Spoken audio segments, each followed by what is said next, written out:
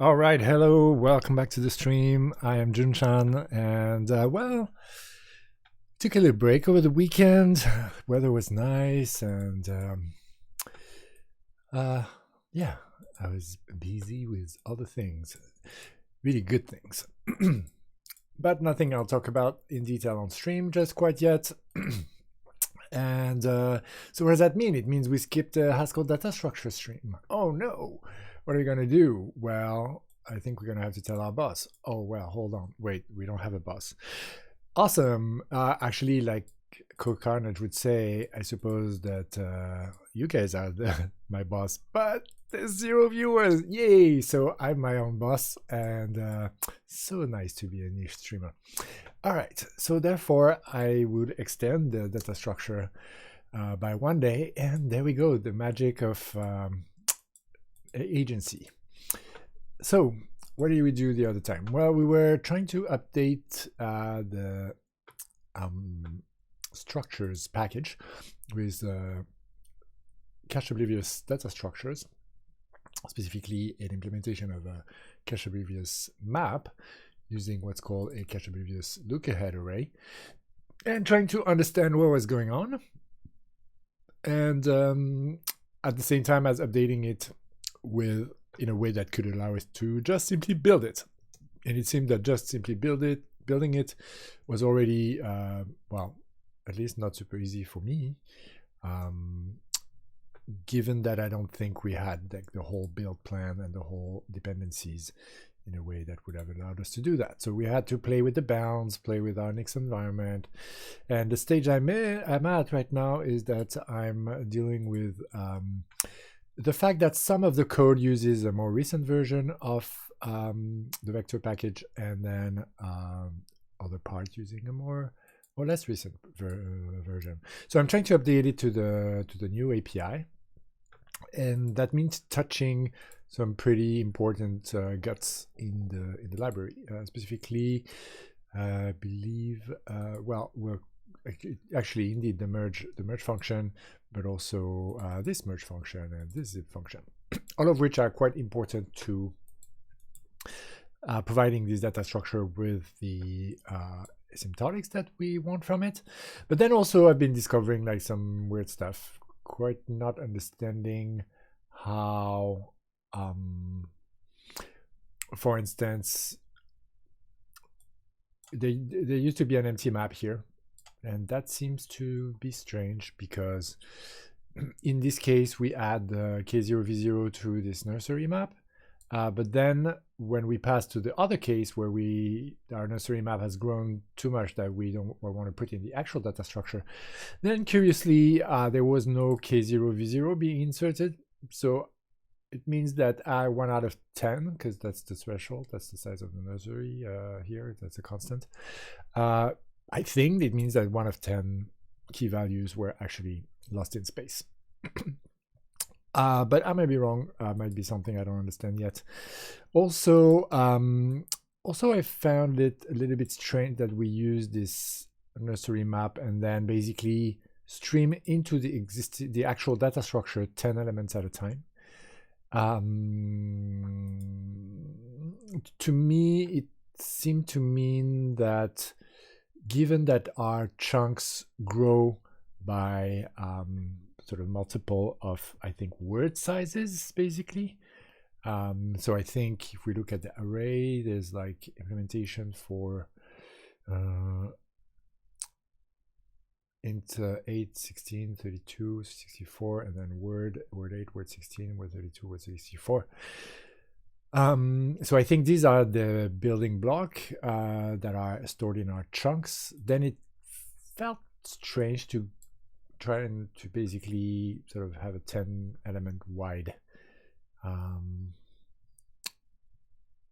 nursery, and therefore each 10 elements stream into this data structure. Didn't quite understand what the implications of that would be, but it seemed like strange to not use something that would be a multiple of a power of 2. But given that I think like the power of 2 alignment concerns with cache I dealt with this offset binary number system, plus I think the fact that the search is also offsetting, like doing like a slightly offset binary search. So still not completely comfortable to understand the depth of that. I mean, it's not completely impossible that like this is one of Ed's mistake, for instance. I mean, after all, this hasn't been widely used since it's been basically sitting in an under the earth, waiting to be archaeologically dug out for 7 or 8 years. And yeah, so it could be that that's just a little bit that simply would have been caught if people would have used the library, but nobody used it. As far as I know, it might have, like, some of the ideas might have, you know, propagated into different libraries and so on, but before I do another search for that, after I get a grasp of how this worked, I just want to kind of dust it off and see whether, you know, like the archaeological sort of you know, teacup found under the ground, whether I can dust it off and have a little cup of tea. All right, so let's see what our compilation woes were at. So I think it's in shared workshop. Yes. And so I think if we nix develop here and then kebab build, we should be, despite the error message, be somewhere close to where we were last time. And indeed we are. And so we are in the Fusion, in the map Fusion module or file, module and file. And we basically were updating the machinery so that it doesn't only work with streams, which was the previous API, but works with these bundles, which the way that I reconstituted the kind of the history of the teacup as it was pottered into existence is that, well, especially in relation to the vector library itself. The vector library itself used to have something called a stream that counterintuitively had a size. And so I think that now this has been sort of, this abstraction has been clarified by having a bundle which does have a size and is a slightly more involved data structure, which includes actually chunks, which I suspect have been inherited actually from this work, since vector library is also, I think, part of stuff that a library that Ed has contributed significantly to, but I might be wrong. There might be cross-pollination here. And anyway, stream is actually a building block of the bundle data structure in the new vector interface. So when I say new, I mean pretty old. I mean 2012, because that's where we are in time when Ed was, I think, playing with both APIs, and now I think it's still in use. So maybe we're kind of future-proofing ourselves, and we'll allow this to be built with sort of later version, or maybe even current versions of the world. But I think I'll probably run out of steam before that, and you know, I might come back to it, but I'm also eager to get back to some of my like nonlinear editing experiments and whatnot. But yes, so let's see. Right, so I did reproduce a pattern that Ed used to basically use this interesting underlying stream data structure, which has this step function, and this existentially quantify S there, or sort of higher ranked S, or like a kind of an S, a bit like the like the ST monad that kind of doesn't really escape in some sense, meaning that stream MA actually doesn't care about that S. So there must be some weird, interesting category theory here, maybe an AND or co-AND or something like that. Anyway, what it means is that basically that S, when it shows up in the actual code, it's a bit like a machine that makes the thing go, but without leaking its innards. So like that merge data structure is our S, and we pass it around at each stream iteration, but we never reveal it to the consumer of our stream. But we use it to kind of carry forward stuff that's useful for the operational aspects of the data structure. So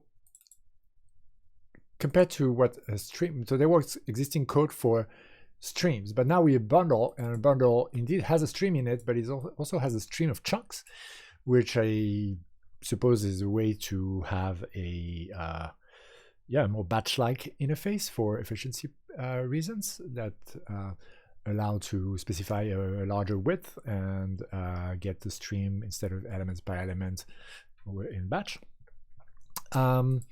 And then there's all the stuff in a bundle. There's also a vector, which I suspected was maybe like a kind of a remainder for stuff that don't fit inside a chunk VA. But now that I'm looking at it, I'm not sure it makes sense.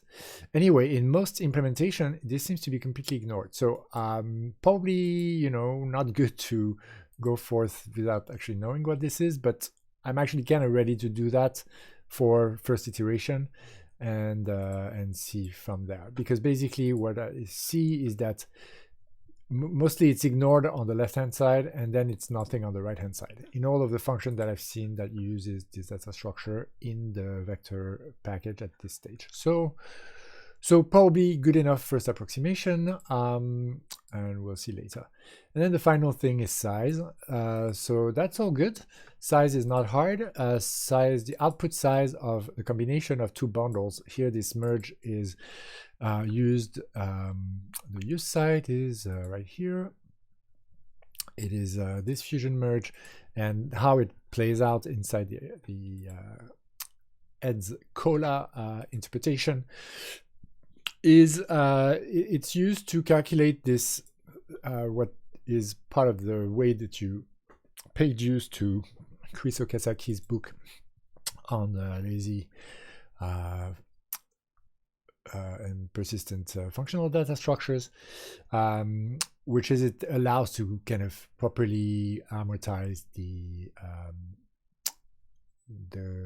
costs of the lazy data structure and avoid paying twice for merging because of the persisting setting, which means that if two threads hold to a data structure that is about to be merged on the next step, then if one of these two actually evaluates it, then it will be, the thunk will be evaluated, and then both will actually have access to the evaluated structure without having to pay twice.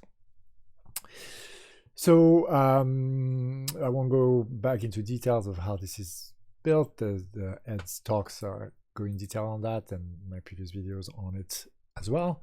But basically, at this point where we have A's and B's, and then we're able to get, not at lookup, at insert, we have A's and B's. We have an M2 with B's and C's that have been already, for which a thunk has been created. At this point, when we go to adding a new A, then we evaluate the thunk. So actually, I moved one piece down here. We evaluate the thunk, and then we count between 2 and 3, because 0, 1 is actually there just to sort of warm up the data structure, and then it sort of oscillates between 2 and 3. Right? Yes, I think so. Well, it might depend on the size of x's, and yeah, I know. I think basically, yeah, in the outer, the most significant bit will alternate between 2 and 3, but the least significant ones will be able to start with only one element in an M1, and then go to holding 2 chunks, and so on. Okay, so this merge here is actually meant to represent the merging of A's and B's here, and what merging in this context means is really sort of, well, I thought at the beginning it was appending A's and B's and chunks of, so A's and B's are chunks of keys and chunks of values. Or okay, they're chunks of key values which are arrays of keys and arrays of values, strict arrays of keys and strict arrays of values.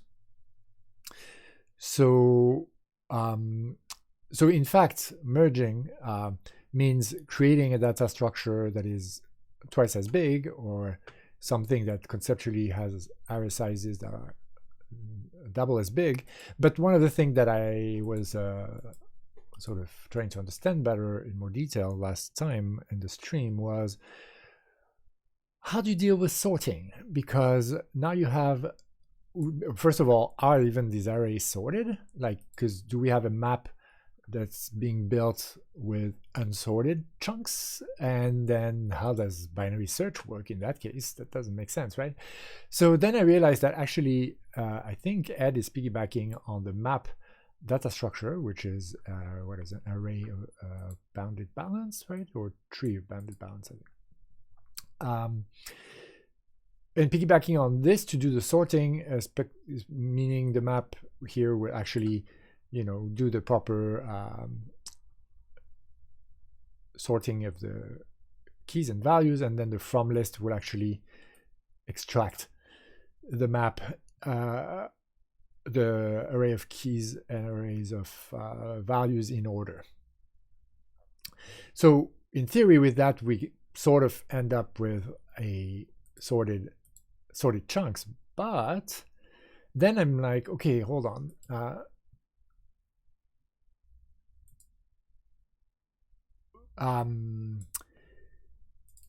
This nursery, that's where I started realizing that this nursery wasn't what I originally thought. I originally thought that the nursery was for the 10 first elements ever in the structure. But then I started realizing, no, it's for the 10 first element, and then the map is reset to, well, it used to be reset to an empty map. Now I think it's actually reset, well, it is now reset to a singleton map, and I think that that's the proper implementation. But that means that in fact, then next round, we start from a singleton map and we start then inserting into it until we get to 10, and then poof, we do the from list, we create the singleton map with the key value that we're trying to insert, and we continue and we go back to inserting into the nursery. So really it's a kind of a buffer to the data structure, 10 wide map, data.map from the containers package. Okay, so that's fine, but then I was a little bit confused, and that's what I noted here in the log. It's like, but doesn't mean that the chunks are only sorted 10 elements at a time. And that, I suppose, is still my question now. And so let's go and try to understand whether that's the case or not. So, because, obviously once we have, let's say we have a nicely sorted, like 10 wide array of keys and then 10 wide array of values, we insert those into our structure.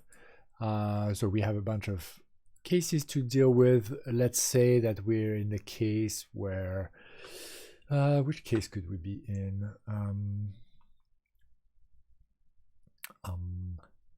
Well, mostly we're going to be in that case, I suppose, right? So let's imagine that we're in that case. So so we insert those A's. Well, in fact, yeah, it's a chunk of array K, array A, right? So this is the whole chunk there, and that's the whole A's. So if we insert that A's into, let's say, an existing M3. In fact, the simpler case is actually to do the M2 case, right? Because here we're not doing the evaluate, we're not forcing the thunk, or so this is actually a simpler case. So in this case, we have existing B's, existing C's, and the existing thunk that may be evaluated or not. And then we just create an M3 which delays doing anything with any of those, like just push them on the side and just put the A's in it. So that's all good. But so first of all, we're inserting an A's of size 10, right?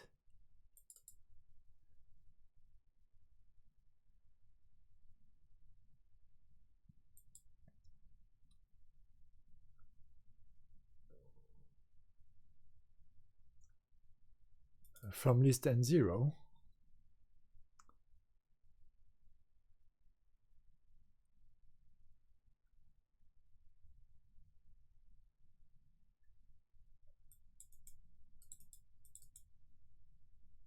Right, so this is inserts, and we're not, this is not recursive actually, right? It's not recursive. There's inserts is recursive, but not insert. And so, oh,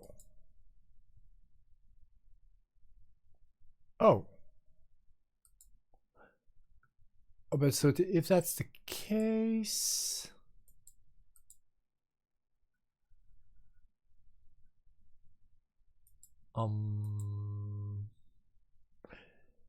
yeah, no, that's all fine. That's all fine. It's recursive, but it's just going to push an insert of the CDs, which is the evaluated thunk, down into the rest of the map. Like if we see this as a kind of a linked data structure, so that's the link, the rest of the list. So yeah, so no, so I think it's still good. Like my case is not about iteration. My case is about like inserting a new value, and the fact that the nursery M0 is going to be emptied after a certain threshold. So if we are looping and inserting elements after element, after a while we'll be flushing the regular map M0 into here, and then M0 will become empty or singleton, and then we continue. So this expansion and flushing of M0 will happen here. But then what I'm seeing here now is that we will in fact insert sorted chunks every time. So A's will be sorted and we put them in, and that's good. And then when A's actually is trying to be added to an M3, then A's will also be sorted, and then we'll keep them there. So then the responsibility to do something with that, so it means that A's and B's are sorted. It means that C's, which will be a merge A's B's, will need to conserve that sorting order.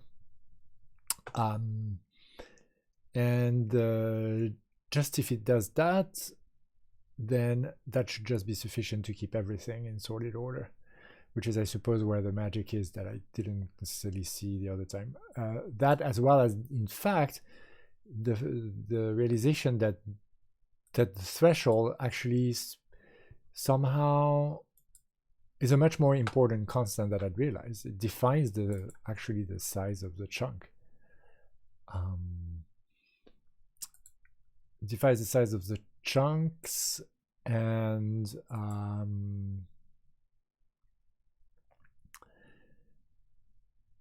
however, let me think a second. Yeah, however, the underlying memory representation of the array and its actual size will depend on the carrier type here, A, for the value, and how that is then able to, if it's a vector, or if it has an R. What is it? Not sure exactly how this type family works yet, but basically, yeah, I think if A is a double, then this will be neatly packed and use this perfect machinery, maybe. And so basically, I think what this says is that the cases where A's are words or ints, or complex, I think, later down, and maybe some other stuff, pairs. All these cases are well handled. The generic case is with just a vector base.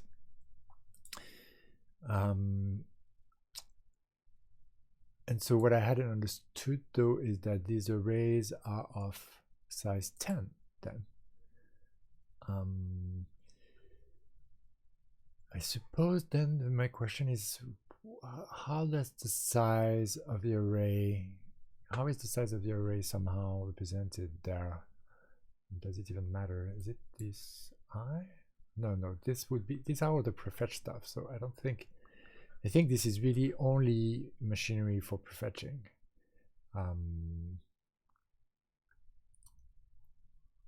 Even though it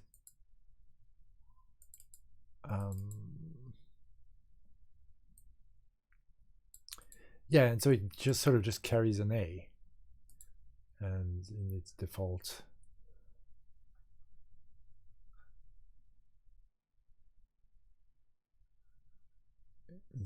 case, and that I think is just a primitive array. I'm not exactly sure how all this works. I think if we get to, I hope we'll get to, you know, compiling and then using this, if not this stream, the next, so that I get a better sense of what this is exactly. Because right now I'm a bit confused about chunks having arrays, these arrays being these arrays and having R in there. Do we ever pattern match on these arrays? Like things are arrayed, that's fine, but oh well, don't want to do that. But do we use even the R constructor here? We don't. Is it even exported here? It probably isn't. Yeah, only the arrayed type family, or type class with an associated type, not a type family. Yeah, so I don't know. I don't need to look into it just quite yet, I don't think. But just to say that, therefore, my current intuition is these are chunks of fixed size 10, and that defines the size of this data structure. And it's this binary counting thing. Okay. And things are sorted as long as merge preserves sorts. So how does merge preserve sorts? Well, presumably through that machinery. And so that's the second thing. So no but, we're good. How does merge state and consecutive addition work? Because this is termed consecutive addition. And so left-handed, right-handed, I think that has to deal with potentially merging unequal data structures of unequal sizes. So I suppose that's for the possibility to reuse this elsewhere, but right now in the data structure that doesn't occur, because it would mean something, I think, strange. Yeah, I think it never occurs, because this threshold guarantees that we're always merging equal sized chunks. If we don't have a full chunk, then it'll be in the nursery. So so the whole merge machinery doesn't actually apply. So in fact, that's tempting then to do a specialized version for it, which could be even faster than any generic thing that we write that has to deal with this kind of chunk machinery.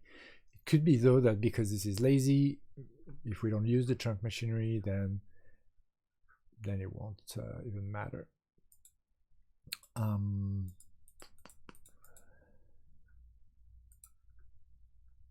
It's an interesting thought. It's an interesting thought because you could argue, well, okay, so in fact, there's some more interesting bits that are coming back to my mind.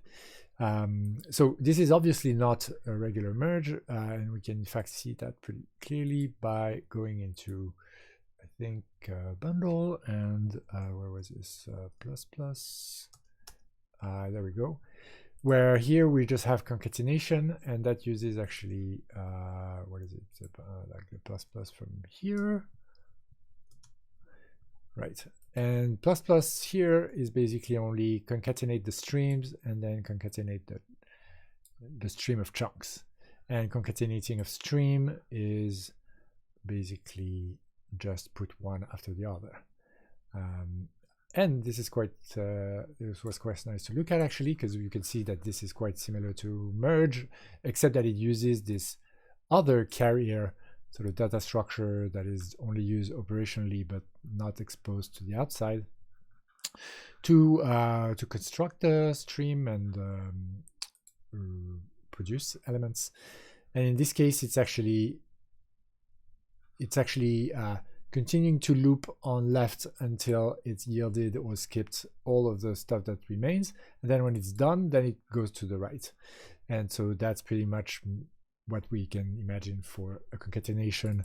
Well, if not of streams, then at least of data structures of fixed sites. Hey, Juan, how's it going? Yes, indeed. No sound notification. I've been very well. I skipped my stream on Saturday. It's beautiful here. I did outdoors things and indoors things, and it felt a bit like the world wasn't suffering from a pandemic, and I freed myself from the discipline of doing the stream, and I'm back here doing what I thought I would do on Saturday. And things are good. Today at work was super intense. I worked until late yesterday evening, and then woke up super early to prepare a presentation and a demo, but it went really well, and it was also fun. So yeah, and I'm super happy to be back to streaming as well. It's nice, and like I look back at what I did last week, and I realized I understood quite a bit of things from that obscure, difficult to understand library. So I'm quite happy about that. How about you, Juan? How's life? How's everything? Right. So this concatenates a whole stream, and then that doesn't really make sense, right? But it concatenates until this producer stops producing, and then produces, and then gets all of the left produced elements until that's done as well.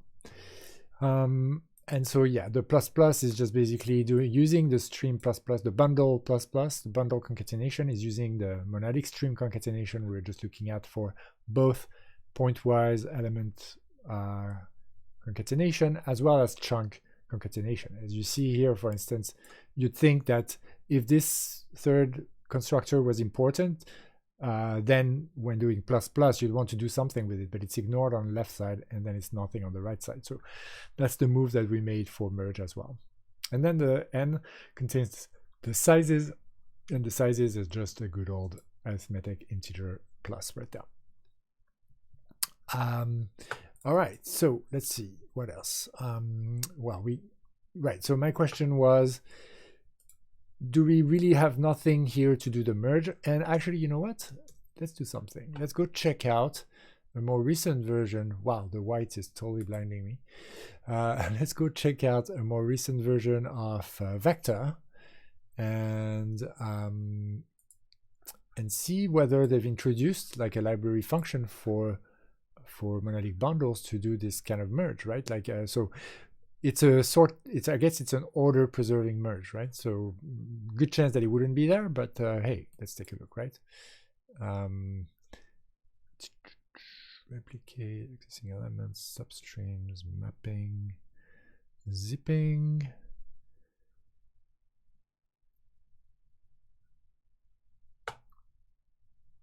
I see indexed. Oh, that's pretty cool. Zipping, actual bundle, zipping of 2 bundles. Comparison, filtering, take while, folding, special as folds, no, unfolding. Unfolding actually takes a generator function with those S's and the starting seed and then creates a bundle from it. That's a constructor of sorts. And scans and enumeration, okay, to list, and something for vector as well. From vector and revector, maybe for vectors of different sizes. Interesting.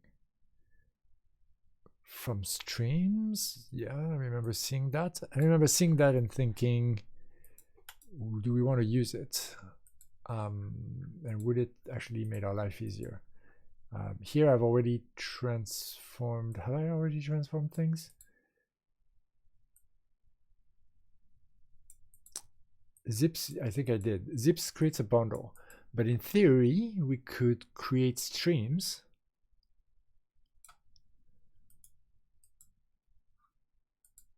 Actually, maybe that's the way to go.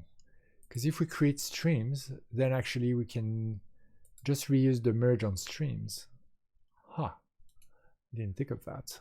Okay, so let's duplicate fusion into fusion bundle or something, right?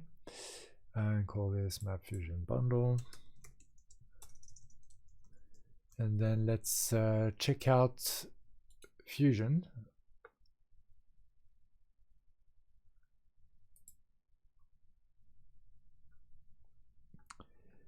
And I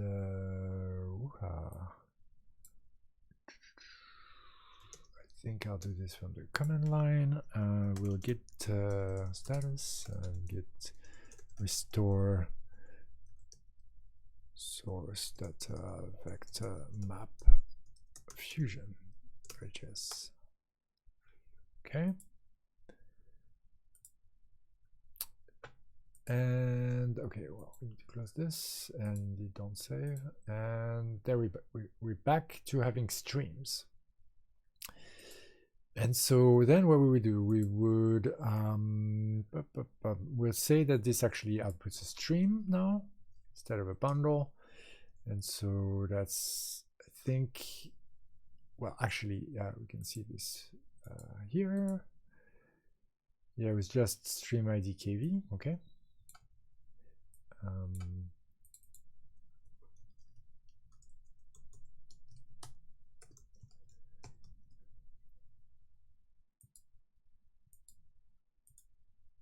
And what else was there?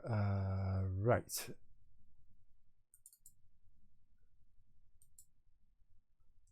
And then we can stream zip as well.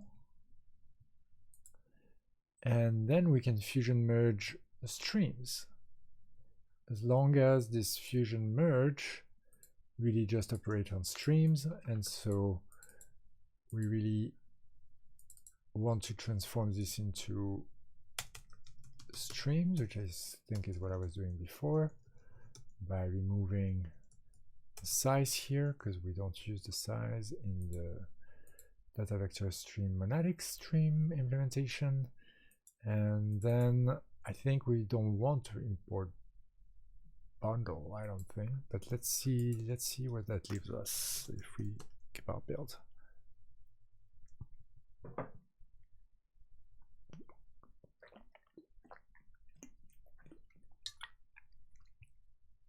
Right, there is another function below, insert, that uses sizes, and so we can remove them.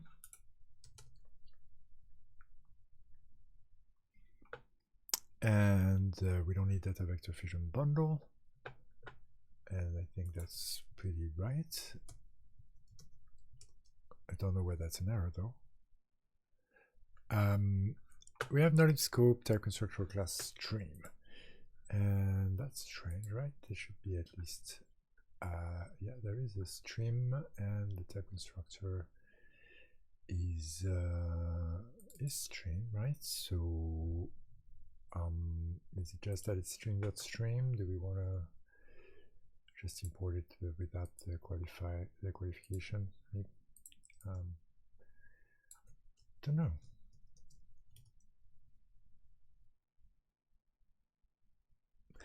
Data vector map. So data vector map is here. So which means we can probably restore the qualification here. I don't know that we really need it, but let's do it. And then here we want streams, and of course now we have bundles. And so let's just restore good old streams, right? So just restore, and then try and build. Okay, and now what? Now there's some bundle and some stream source, and so we can't let that happen.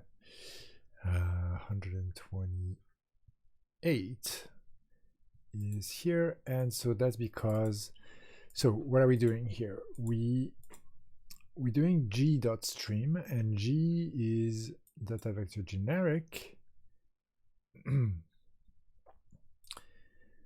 And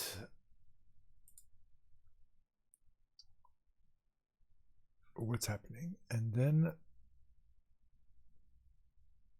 so that's the so it's a stream of Ks and a stream of IDVs, a stream of IDK and a stream of IDVs that are being passed to stream.zip.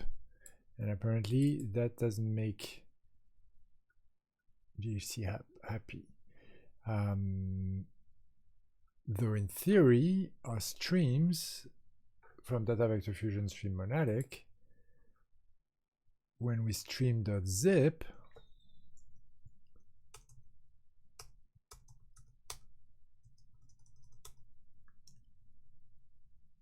should be happy to do it with a stream and not a bundle. Zip with implementation is here, and it's zip with M and blah, and zip with M is this, and this takes the stream and pattern matches on them, and that's what we want. It's the whole stream based API. So why because the actual type is a bundle. Okay, so why is the g.stream case a bundle? It's because I suppose g.stream case produces a bundle instead of a stream these days. So g would be the generic here, and stream will be this function, and indeed it creates a bundle. So now our work becomes okay, fine, that's fine. So let's convert, either we convert the bundle into stream, or we and I think I worked this path before and I decided against it, but I think at this point we kind of just wanted to compile. We'll see whether there's optimization at the other end somewhere. But so the raw version would be to well, didn't we see that there was something to create streams, like an unfold R, like a constructor? But there is also like from vector and to vector and whatnot, right? So we could use those. Can't we get as revector? Look at that. This is actually copied from the library. Oh no, this is just commented out. Interesting. Let's just comment it out. How is it these days into the new version? Like not the bundle one, but the stream one. Stream monadic. Do you have from vector here? You do not. Do you have vector? Vector? You do not. Huh. But you have unfold R, right? Like things like that. Yeah, you do. So that's the only way to construct, or you'd iterate. So then the other solution then to get, oh well, to get a stream from a bundle, we just need to pattern match. I didn't even think of that. All right. So this, fine, yes. So how do we do that? We do something like stream zip case, and we put these into, we just went into space for a sec, into a tuple of, and we deconstruct this into a bundle of the thing we want. Okay, yeah, that probably doesn't make sense to do it like that.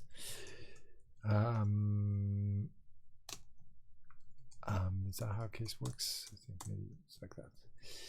A bundle of, well, the A's or the K's, really. Well, yeah, the keys, and we ignore the rest, and a bundle of vowels, and we ignore the rest. And then we stream the keys and the vowels, and that should be enough. If we import bundle, monadic fusion bundle, monadic, right, and bundle.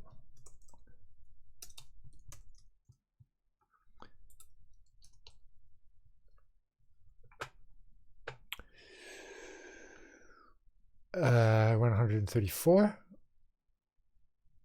I think that's good sign, right? Yeah, I think that's good sign. It means that we move to the next problem, which basically, so that's the reverse problem. It wanted a bundle, but it got a stream. So what is it?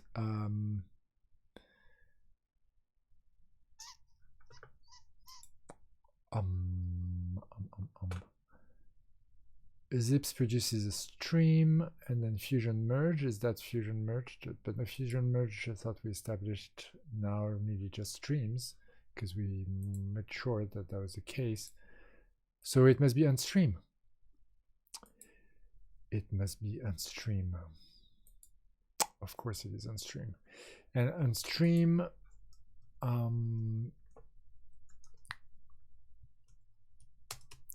is probably in the bundle here. It's not, hold on, what is it? Okay, unstream. But maybe in generic then. Yeah, generic, of course. Yeah, so we have stream here and unstream here. And unstream indeed takes a bundle again.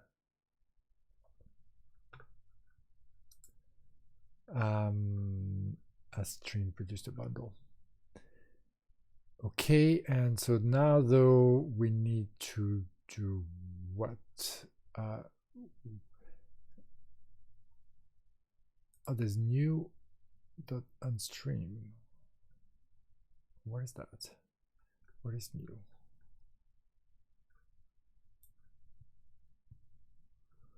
New. Data vector generic new. Okay. Data vector generic new. New has unstream, and unstream works on bundles as well. So not much to do here. There is a transform that works somehow with streams, but news as well. This is all strange. But I think it means we won't have a deconstructor for streams. But let's check, because maybe that's where we use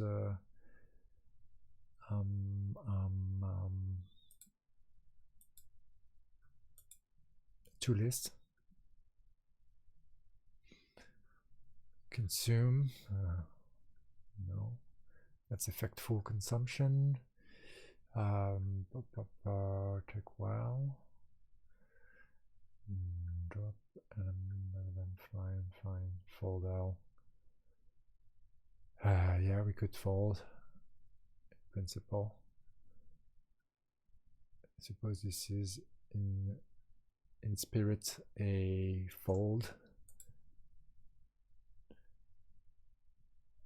Yeah, in the way that the stream was in spirit a unfold. But I don't think we have anything that can help us just like this.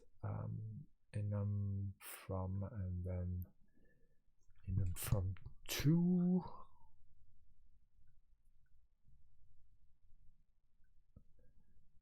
And to list, which is a fold, as I was saying before. And there is some like, there is actually from vector, but not to vector here. I mean, it's commented out, right? But so I suppose two lists would be a way, and that would be probably extremely inefficient to do two lists. But at this point, do we care, or do we just want it to run?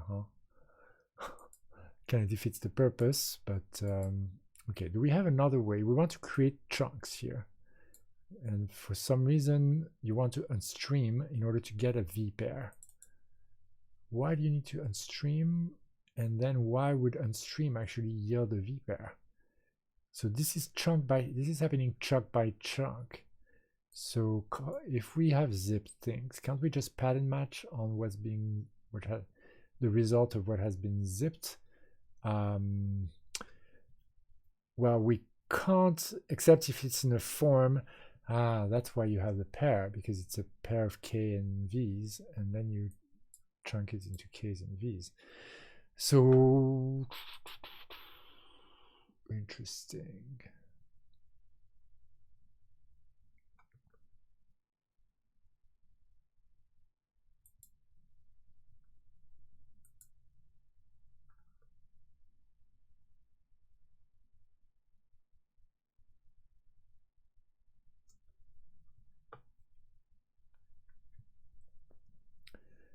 We want to use the fusion merge because it has what I believe is the order preserving merge,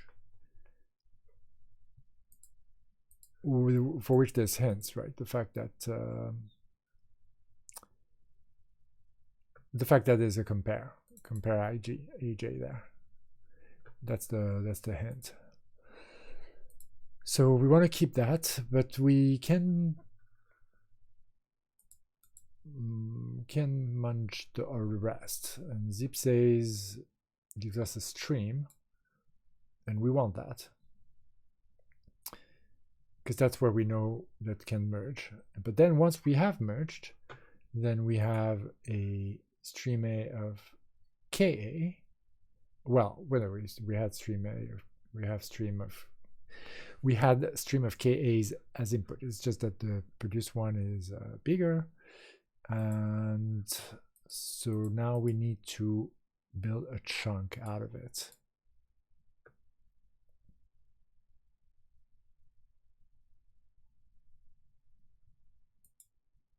I'm now wondering whether laziness is part of this whole picture or not. And it might very well be, but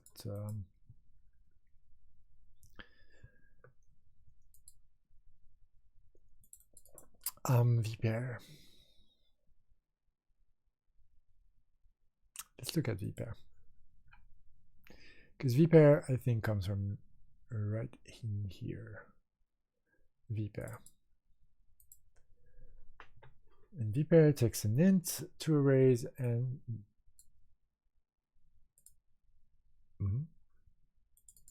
right, and builds the V pair. That's the constructor. This is a GDT.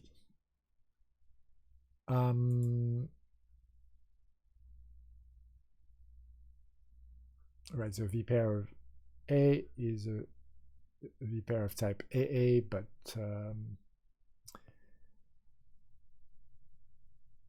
in that fashion. Okay.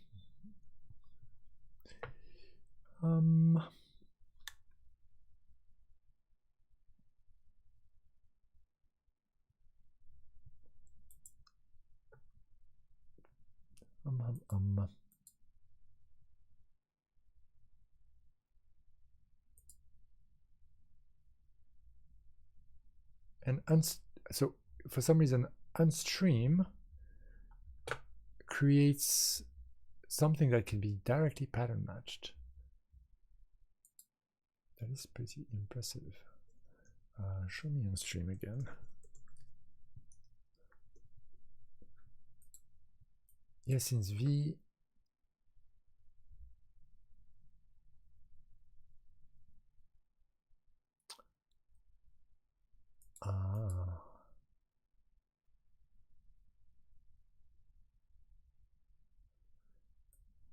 does it matter that the bundle carries its vector type, which allows to actually do a transformation into a vector type, whereas the stream doesn't?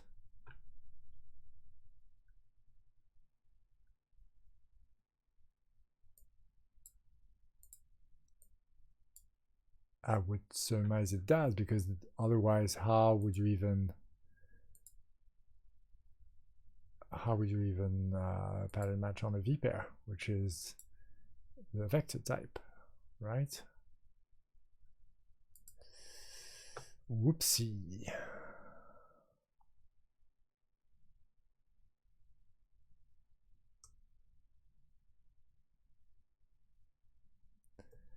So does this mean I have to backtrack here?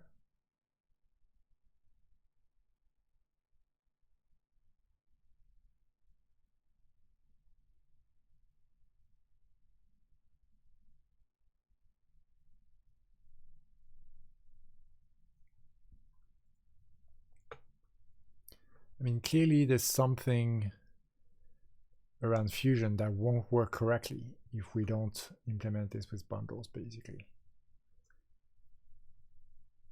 But I think I want this to compile before we do it correctly.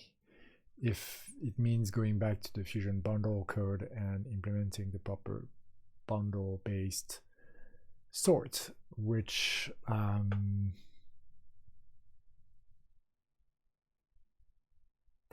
oh, but hold on, now I'm looking at it. Chunks are sorted 10 elements at a time. Hold on.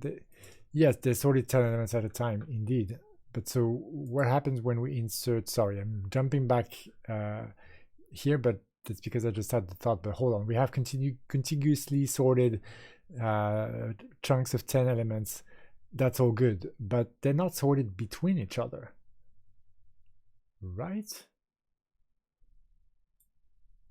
Well, actually, they are, because each time two of them that are contiguously sorted gets merged, if the merge is order preserving, then we have also a result that is preserving order. So no, so it's really this merge, the fact that we have all of these sorted chunks pass through the merge functions means that everything gets progressively sorted.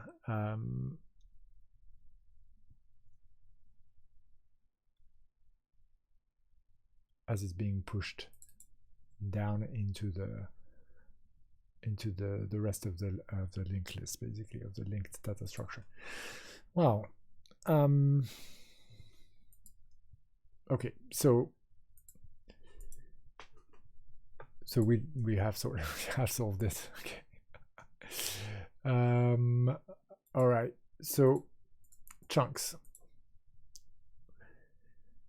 So the supposition here is that bundles, because of the fact that they carry the information about the vector type, will indeed be better fit for Fusion style operations, right? Because I think they will inform how the loop gets written.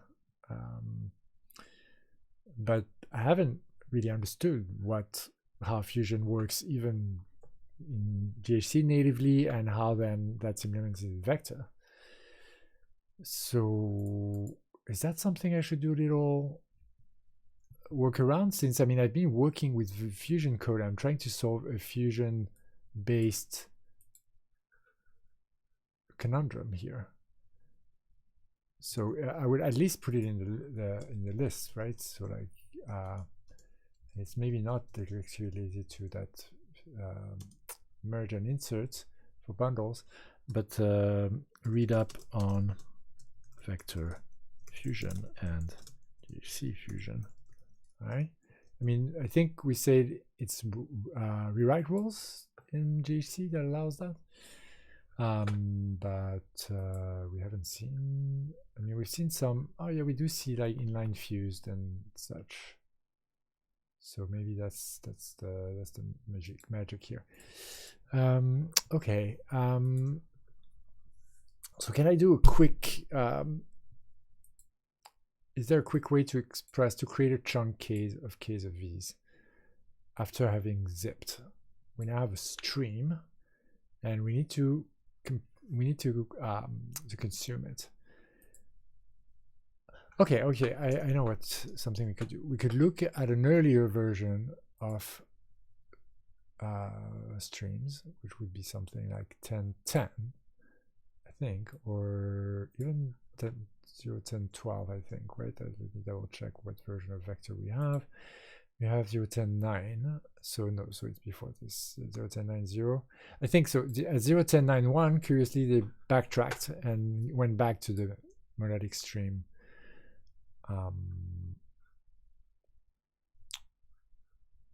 Without the bundles, which is really a weirdness, but that should mean that we have unstream here, right? Well, no, not here, but in generic, data vector generic. Yes, we do, and that produces, or that takes a stream on. So let's use that code instead, right? And how did it work? It did new unstream, so it means that we. Okay, so let's start copy pasting the stuff we need.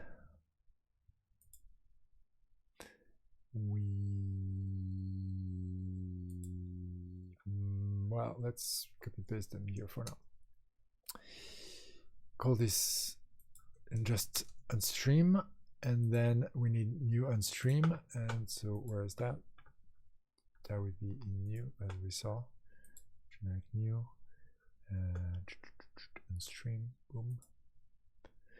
And that is this, poof. And so let's call this unstream prime maybe, and that actually points to another unstream, which I suppose maybe we can keep as such. I guess everything here is about strictness.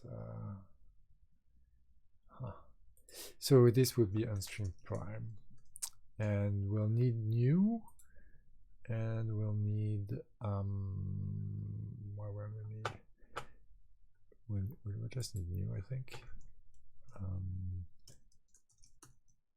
I don't think we need the constructor, but I might be wrong here. What is new? It's not here for some strange reason. It's not this new, so it must be in here. It is recycling support. Construct a vector from a monadic initializer. And what does it do? It does. Where is it?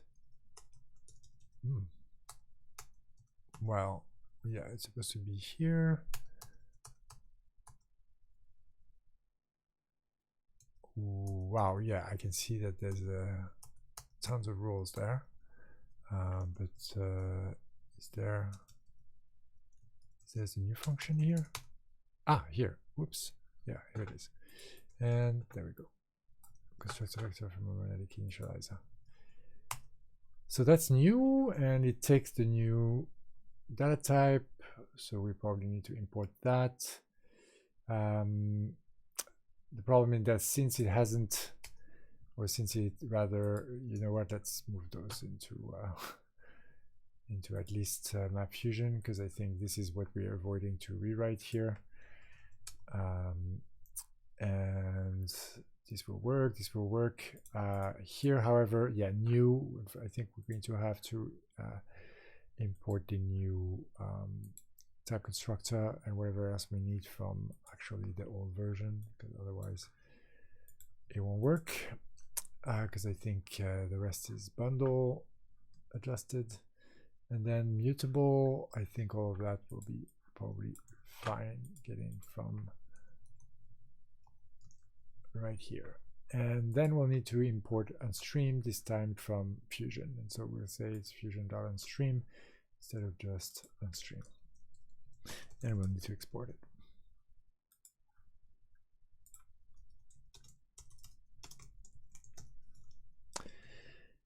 And if we do that, we might as well stream, but I don't know that we need that, because it was actually pretty trivial to just kind of unpack things. But yeah, let's just see what computation errors we have. I think the spirits is here now. Okay.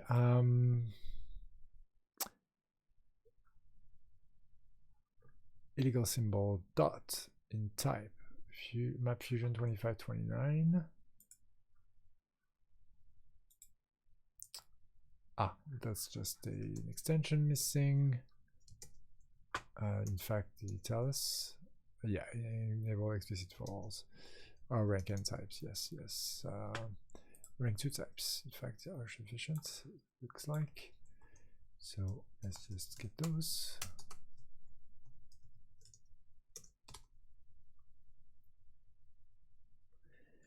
And we need a few more imports, st, run st, and save freeze, and so on. St.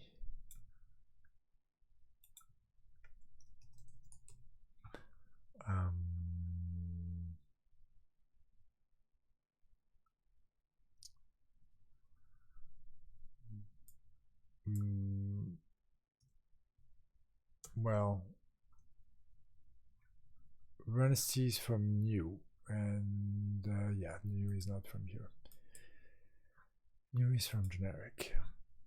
So this shall have the imports we need. Well,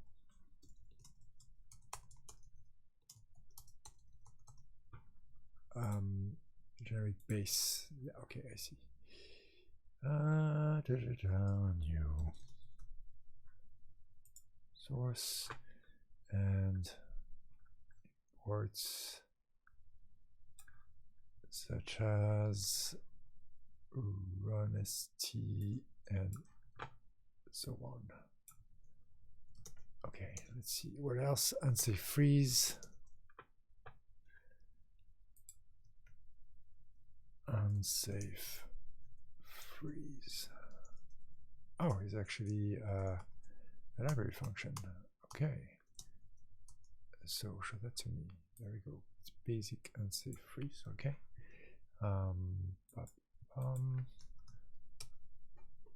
And what is basic unsafe freeze? Basic unsafe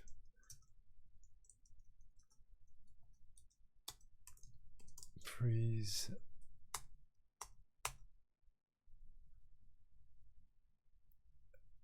So maybe something from primitive, I would think. So let's get primitive. Just a good feeling, but let's just try primitive.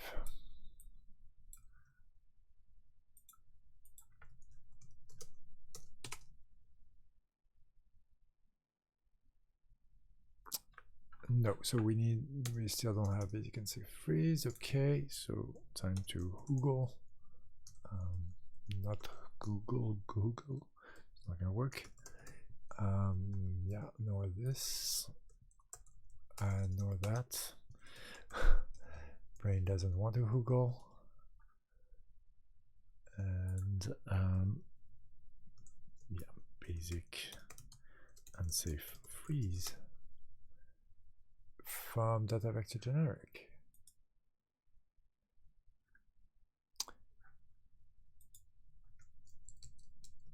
Okay, I can imagine that maybe this is sufficiently low level that in fact we have this in scope now and it will be compatible. Ambiguous of unsafe. I see. Okay, so maybe we take the whole deal. Maybe we do, but apparently new. Okay, well, new. You know what? New, actually, I'm thinking we might not need indeed. New seems like that's fairly low level. And then we just need M vector. And so that's not too bad, right? Where's M vector? M vector is here.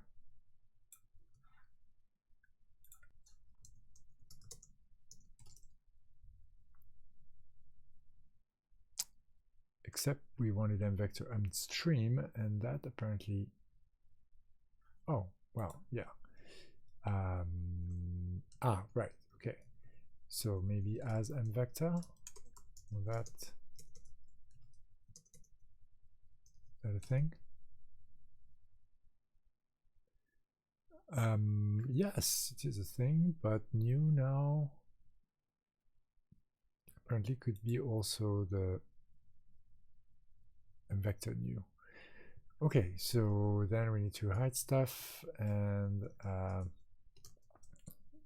does this work? I think it doesn't.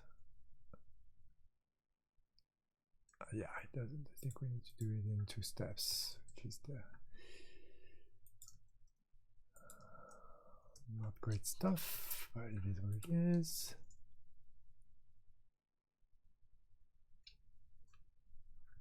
Ah, boy. Really?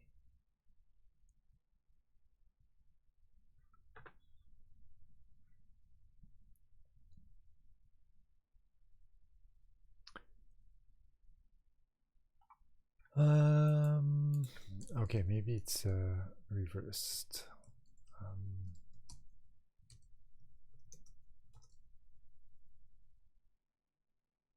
It's not. Okay, let's try and learn how to do that. Haskell import qualified while hiding.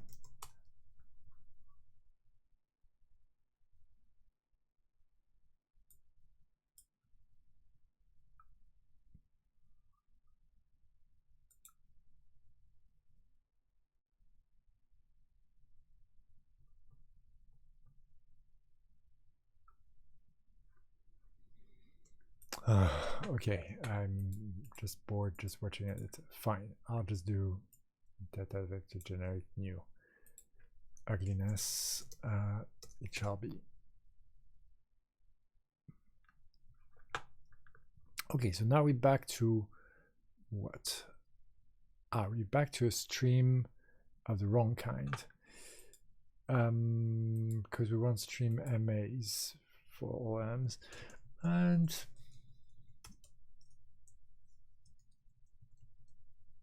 I think that, I mean, that would be a little bit too simple, right? But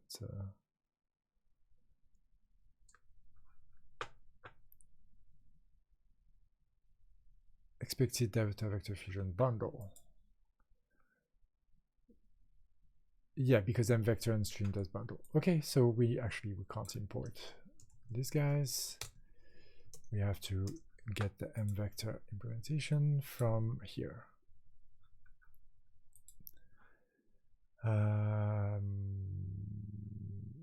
Data vector generic mutable.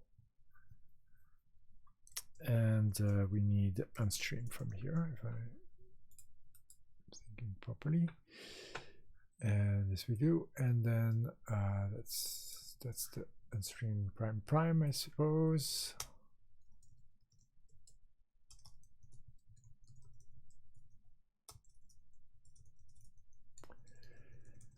And that's the one we call here.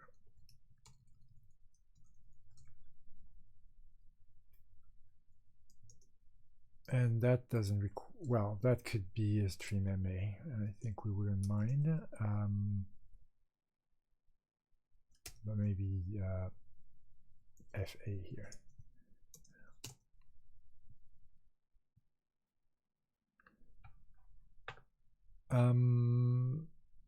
Margin scope constructor M vector. This guy, yes. Well, that's also imported. Ooh, ugliness. Is that going to be different, you think, for the bundle?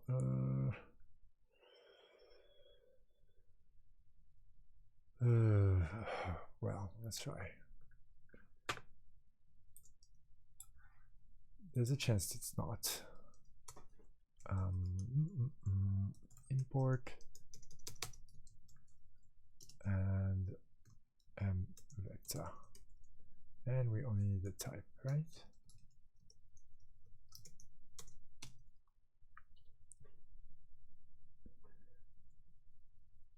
Yeah, but we now need M stream and stream.livestream. And so everything is nicely modular, and we're going up the chain. And at some point we'll have built an understanding of how this works actually for this particular path. Okay, so that's M stream. Hello. And we need a, well, we're going to need a few other things, I suppose. M stream max and M stream unknown. Very well, very well. And fix me, okay, I see. Wonder who wrote that. 2010. Ooh.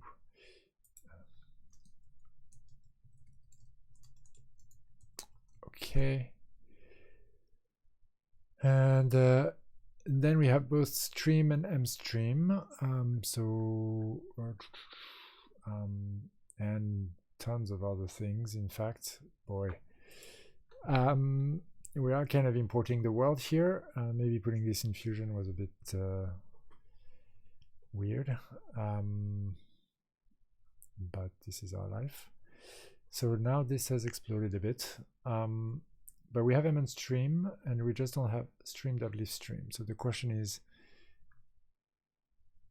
that going to be fine as stream? And I think, in fact, mstream, right, mstream is stream for us. I think stream is ID mstream. Let's double check. Yeah, stream here. And bundles. Bundle, then bundles that are the bundle and bundle, but here we only have stream. And the stream is only MA. And we don't have M streams. So we can just play around with that. I kind of dislike the idea, but we could say actually it's stream, right? Because that's what really we have. And then we could say, oh yeah, no, it will work. And then this would be stream ID. Oh, well, we can leave it M. It doesn't matter actually. And F here. Actually, so you know what? Doesn't matter. Since we don't make use of that type, I think it can as well stay polymorphic. And then we are good as long as, no, we're good because we have the import here. I mean, you know, we're good, who knows. If we have 3 times more error messages, which it seems like maybe we do, then maybe things aren't well. And notiscope mstream.foldm, yeah, that's probably because it's actually just stream dot and you know, stream dot. And then we have like things like upper bound and whatnot, and so all of that will be probably imports of here. And let's see where we have. Well, I was expecting them to be here, but upper bound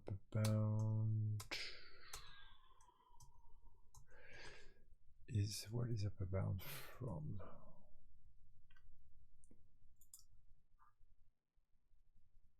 Oh, I bet you it's stream size. And that I think we don't have. Okay, let's Google again. upper bound. Data vector fusion bundle size. Yeah, that's right. So right, stream.size, which is something we have lost in this version. Which makes me think, but why the hell did I use? I think it's because of bounds. Why the hell did I use this already? Were there bundles anywhere else in this? I feel like I smoked the carpet, to be honest.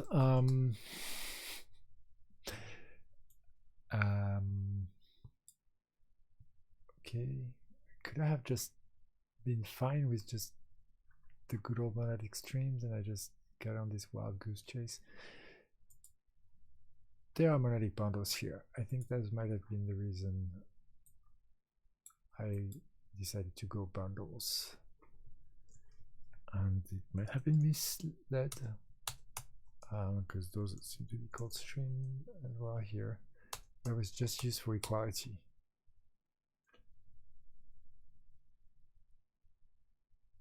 Probably because g.stream produced bundles.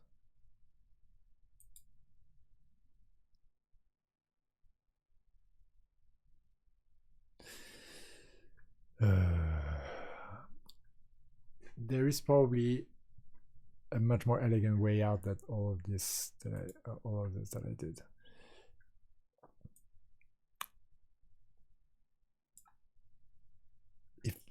Was this the only dependency at this time? And that I added all the rest?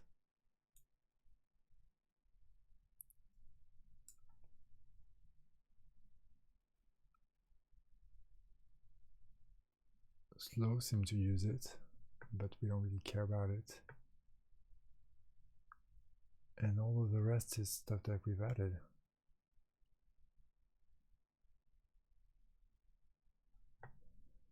Oh my. Okay, well, you know what? Let's not shy away from being wrong, and let's we already have a branch, don't we? We have the GHC 810.4 branch. And we have this is vector 011. That's the one that that's the last where we committed. And so that sounds like a more advanced version of vector. So we went back. So the natural fit would be to try now with vector 010, like a version that's actually somewhat that's before 011, but that's after 10. So okay.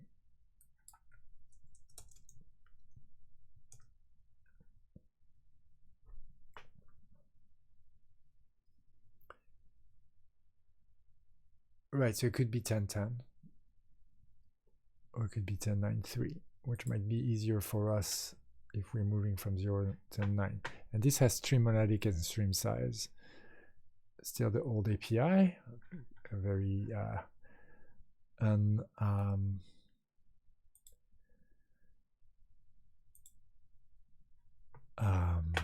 unintuitively. Okay, yeah, I'm getting tired. We're waking up so early. Definitely means that I need to be careful here about what I'm going to do, but I think that I should have committed before making those changes, so that's one of the reasons, one of the things I need to be careful about. So let's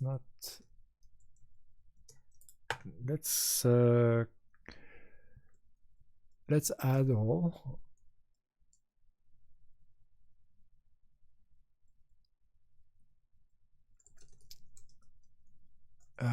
Apart from this new style, really, you're going to add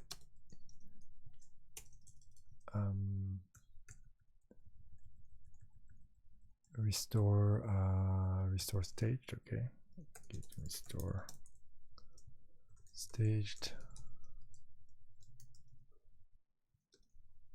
This new style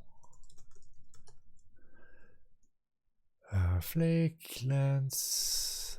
It's a bit weird to have lens in there. Git restore staged. You know what? I'm fine. Fine with it. Git commit.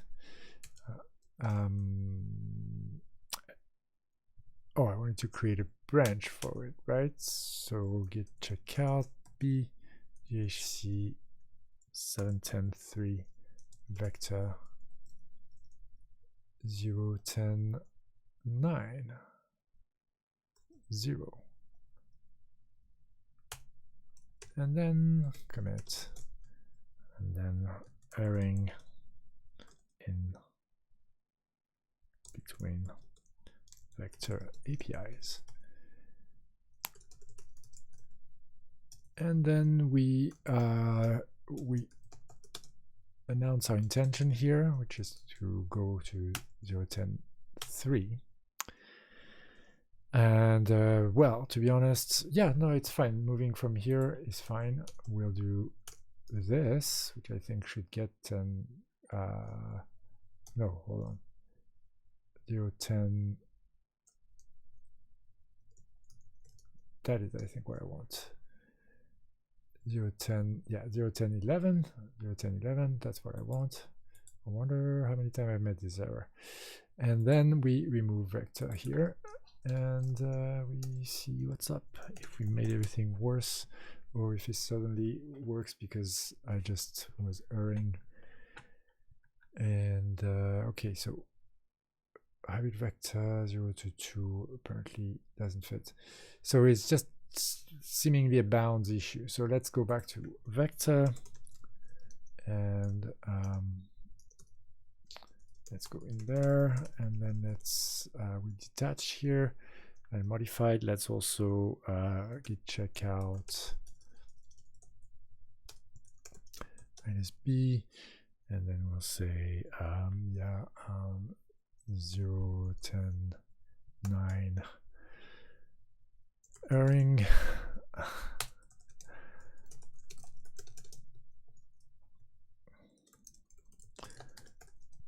And then we'll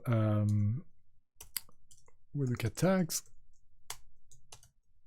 and we'll check out v 0.10.9.3.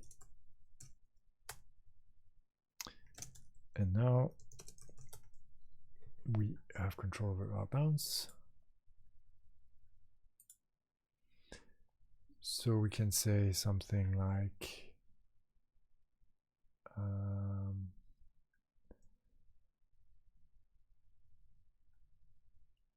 let's see, hybrid vector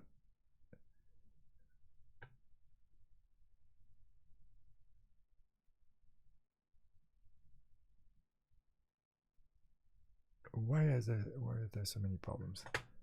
Must be just a few things here, and it's really not easy to see.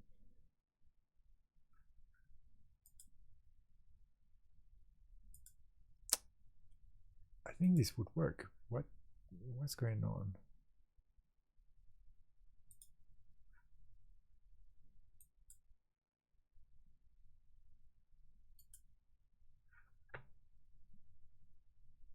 Config primitive 07, because structures. Why do you want primitive 07? Because it's dependency on hybrid vectors. How come hybrid vector has started doing things such as that? Did I? Should be happy with a different version. Okay, do I need to remix develop? Don't think so. Oh, maybe I need to clean.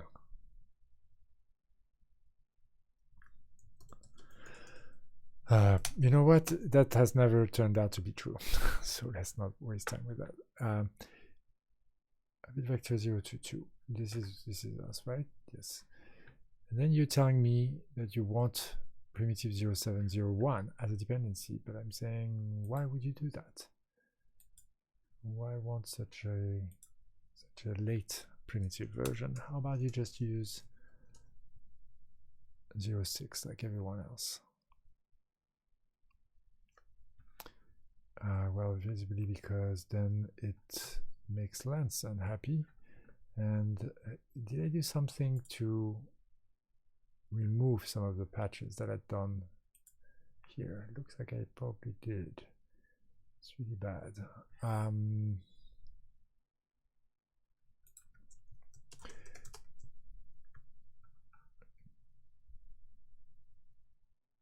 Yeah. Okay, so train Lens 4.9. Why would we have Lens here 4.9? So you're not happy. You ask for Lens, but then you reject a bunch of stuff. And when you try Lens 4.9, then you try template Haskell and pretty, and you reject because of vector. Okay, well.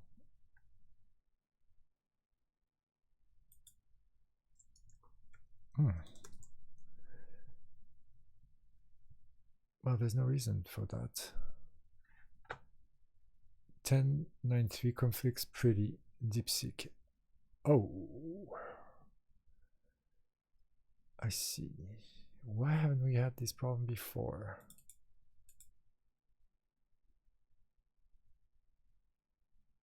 So it's pretty and vector. So pretty 112 is what's installed. And pretty visibly asked for something more recent. And pretty isn't. Where is pretty from? It's dependency of template Haskell. Okay. So instead of template Haskell to 10, then can we go one less, please?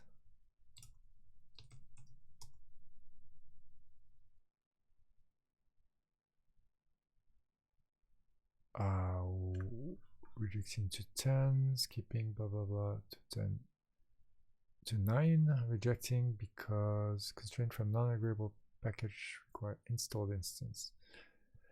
Oh, right, because of the underlying template Haskell in GHC, but this doesn't make sense. Okay, I got lost again. Lost in dependency hell.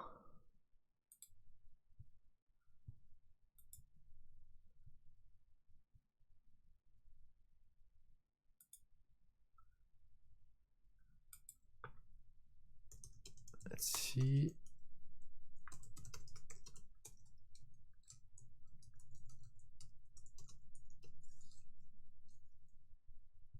The diff with the airing thing we were using until now. I mean, specifically interested in the cabal side of things, giving me a bunch of stuff. Let's ask for the vector.cabal.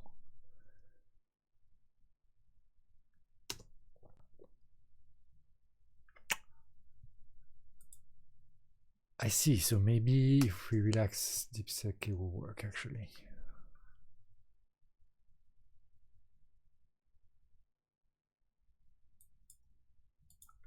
Maybe?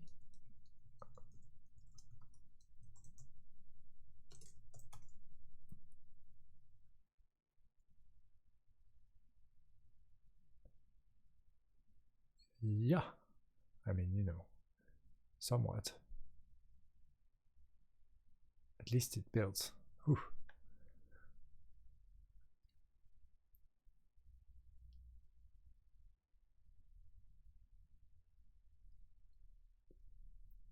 I mean, you know, up to a certain level. And right, so these we had to deal with, and so we could actually probably just check them out from our branch.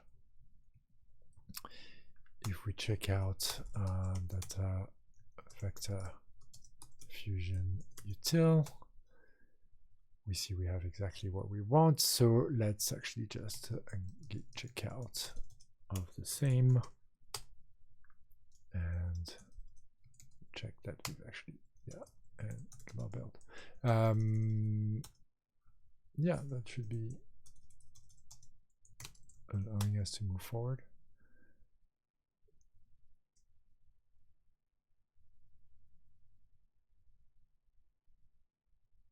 I suppose I'm learning things here.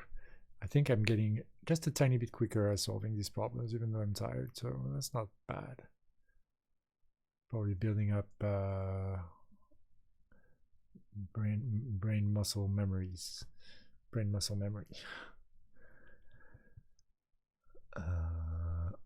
Okay.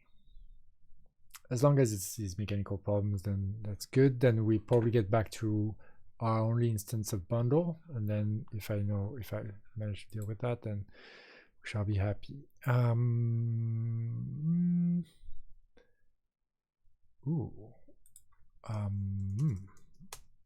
Not sure. I mean, I remember we did have to deal with primitive, but I don't remember that it was these messages. But let's just check that out, see if it solves it.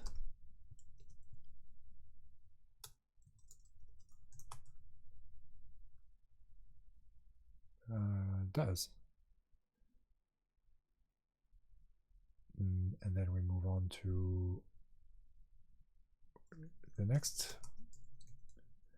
And so here I feel pretty confident that we can just check out without diffing. Indeed. I think, no. I know you want bundle. Oh, that's what happened.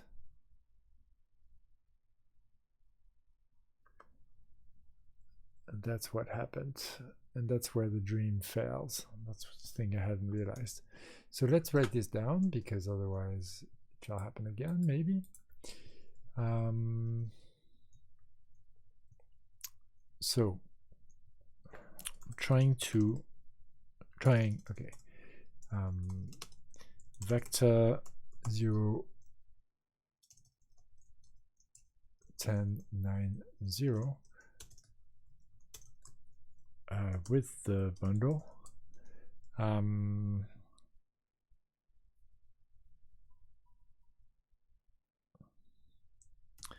Means changing merge, fusion merge. Vector 0, 10, 9, 3.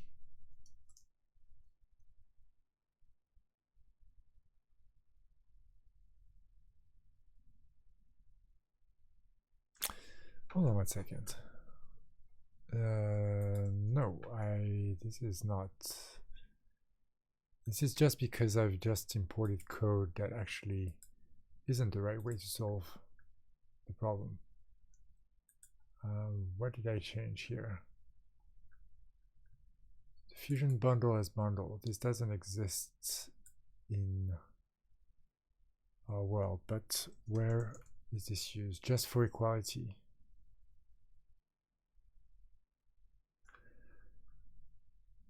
So I think there's just an EQ instance in stream that we can use, and would that just work?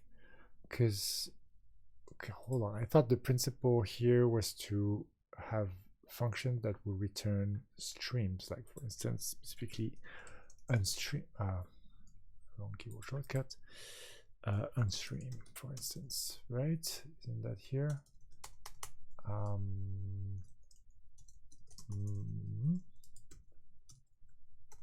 It is not.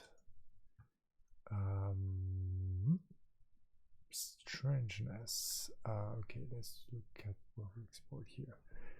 Some folding stuff.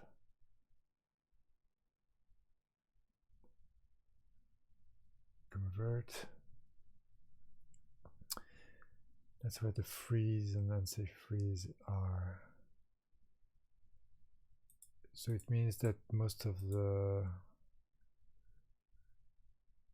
but oh no, it's in generic. That's where that's where the stream and unstream here. And so this does use the stream API, And so indeed that's stream as in mstream ID.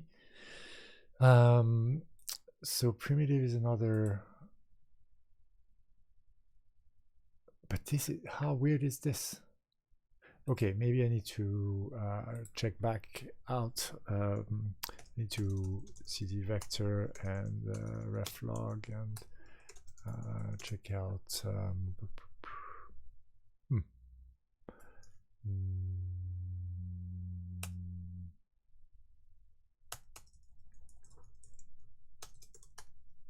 Okay, git restore stage data vector primitive, and then do the diff again. So turns out that actually doing the diff will have been you say it's modified, so yeah, let's actually get the right one and do the diff this time. Right, okay, yeah, no, there's definitely way too much that's being changed here, so let's be more surgical. The only one I didn't diff, huh? That's how it's gonna work. Okay, so let's diff again, and let's see. We have that same smaller patch here on NF data needing RNF. Then GHTXTS, well, I think we can keep it. I think this is where things matter. It's doing, oopsie, placing this here.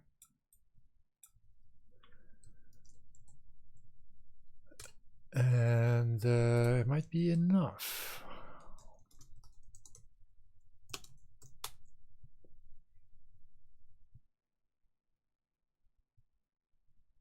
It is enough. And so let me carry on with the diff, this time of storable, mutable. That one seems like it can be done without fear. And same thing maybe for the other ones. Oh wow, apparently whatever we did was not sufficient.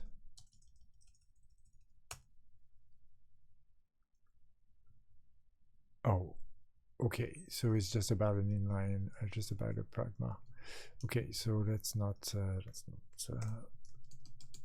that. Let's instead look at storable.hs.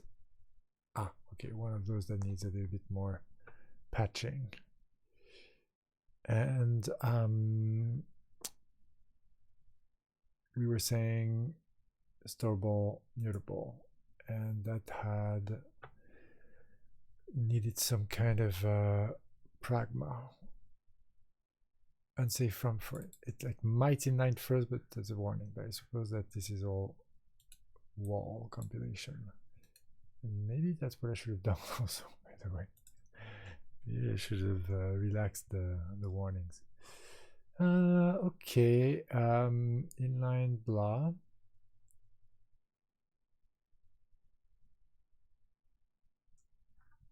Rule unsafe FP0, unsafe FP0. So that's this rule. Might never fire because unsafe transfer might inline first.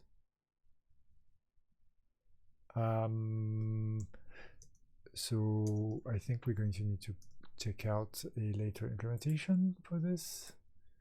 Otherwise, I'm not going to know how to do it. Storable mutable. Unsafe foreign pointer. Or pointer. Say from foreign pointer. Unsafe from foreign pointer. Inline. Say from foreign pointer and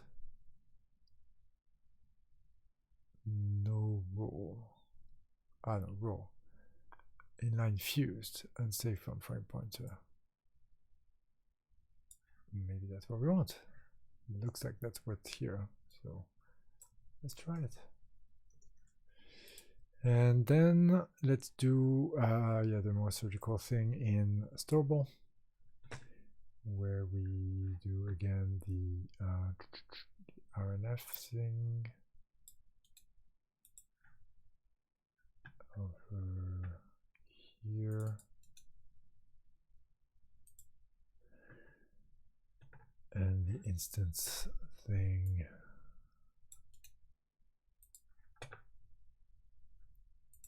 over here.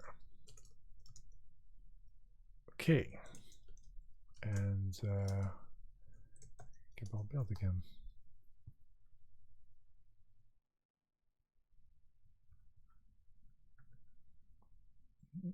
Looks like inline diffuse isn't the way to get rid of that warning. So let's do inline 0. And then it's vector and box based. Okay. So diff vector and boxed base. And that's a bit more involved, and but it doesn't include any of the bundle stuff, so we can check it out. Good. Wasn't looking forward to do that again. And hey, looks like we've squashed those warnings. We have. Amazing.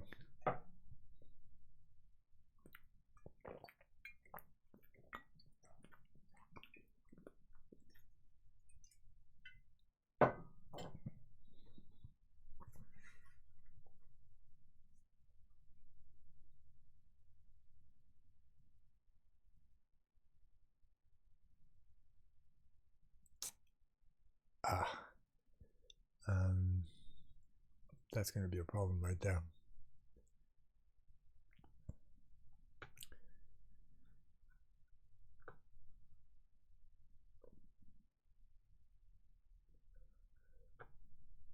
Data vector hybrid internal depends on fusion bundle. Maybe it means we need to switch to a different version actually. So let's do that. It's going to be here, and we need an older version, right?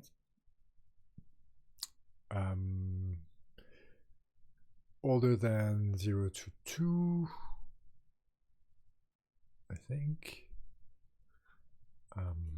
So let's try that.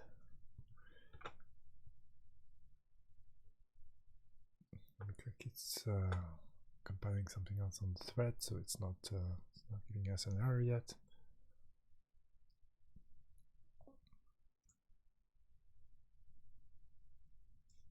So in the meantime, let's go check out hybrid vectors, and if we'll ever find like 0 to 1 will be the next real version, and that depends on vector less than 0.13. And if we look at the code for internal CGS bundles, it has the, yeah, hold on, it should have the, oh, did I remove that? I did remove it. I removed it in the in our local checkout. What other changes did I do in the local checkouts? Just the bound ones.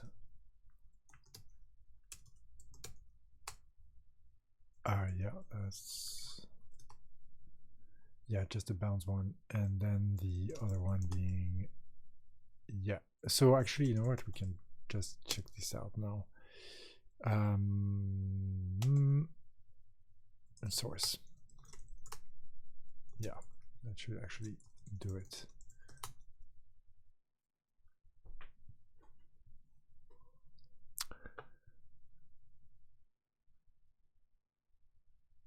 Yeah, sorry. And then I need to indeed restore and not say 0 to 2 here, but say whatever it was, 1.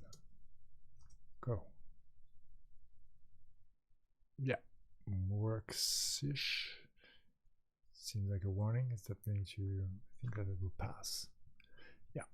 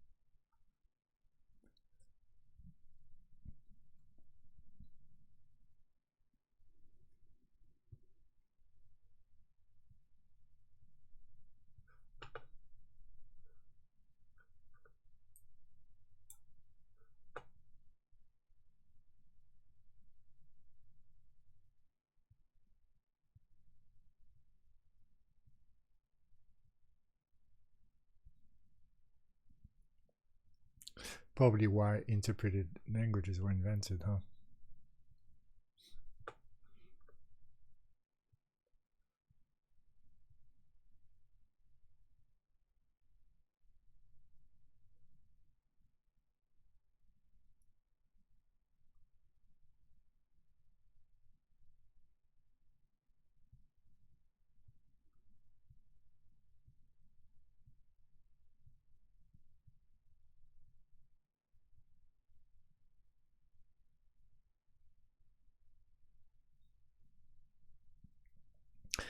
Hey, if we compiled this, then next time we go back to it means we could, like, you know, benchmark and continue trying to understand it. Wouldn't that be nice?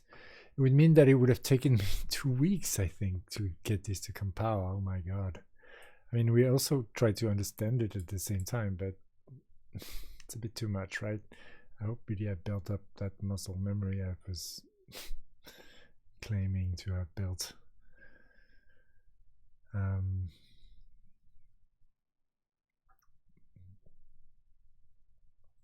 Or I'm just into another deadlock. Okay, Lance. Oh yeah, I think I've made exactly the same modifications there.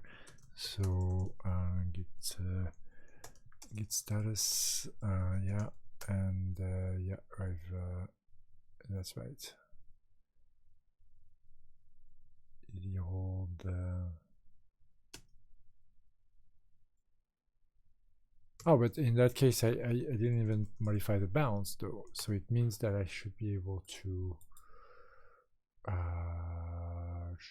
just go back to vanilla lenses. Let's try. Let's try. And oops, don't think I wanted to do that. Yeah, indeed I don't. And build. And we're back compiling.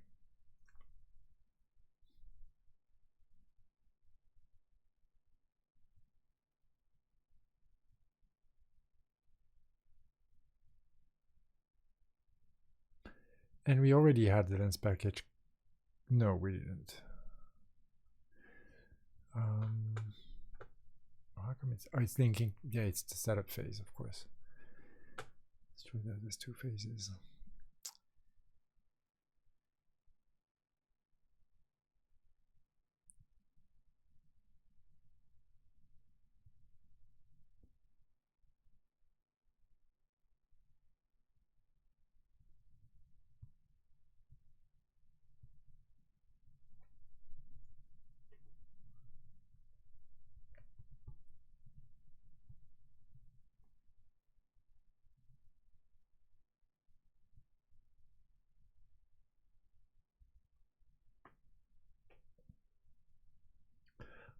I just had a thought that maybe I could have my phone send me push notifications on Twitch chat messages during the streams, but my phone's not around, so I'm gonna go get it.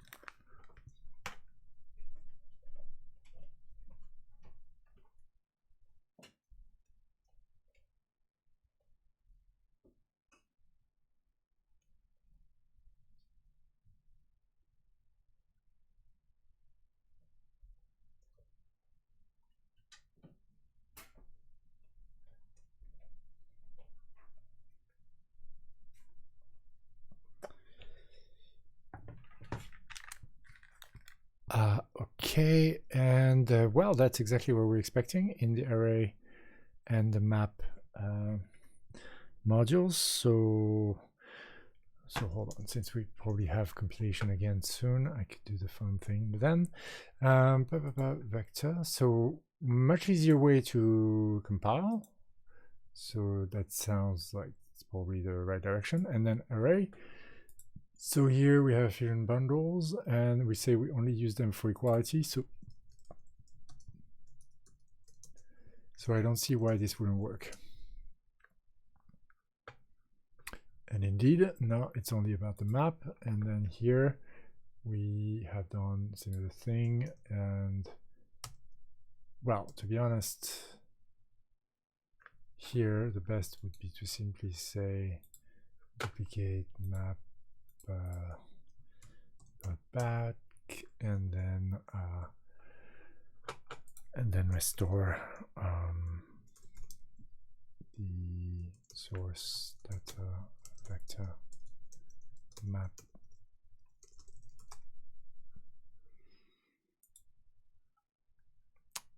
I see. Well, right, so maybe check out from master then, maybe.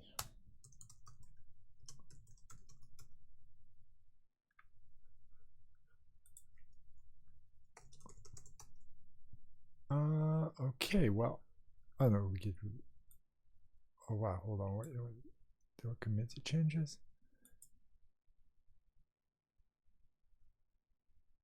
Okay, I think I'm confused. Git restore source data vector map. I need to do stage first.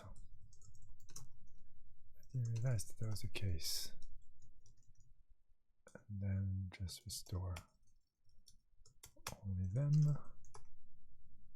And okay, and so now what?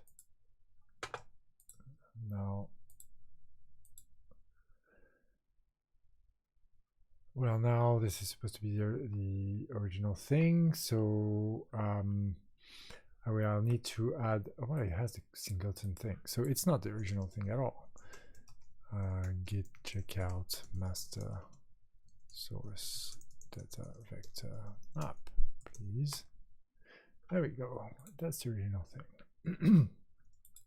And it only has the stream stuff, so should build, right? Not even close. Fusion. Well, for sure, Fusion. Well, what do I say for sure? But oh yeah, all that crap.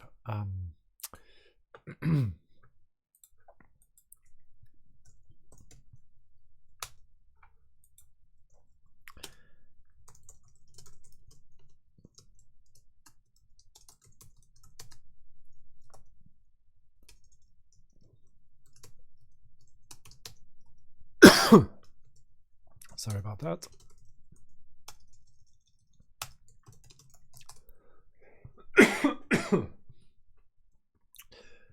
Okay, and arrays about the vectors now.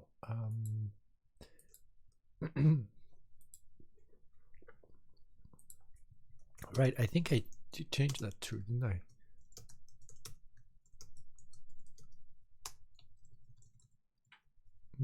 Oh, really? Only that?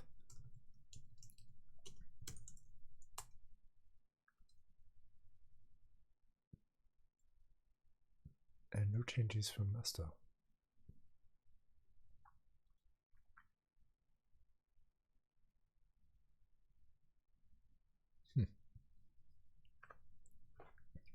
I remember going to that p vector m vector thing here.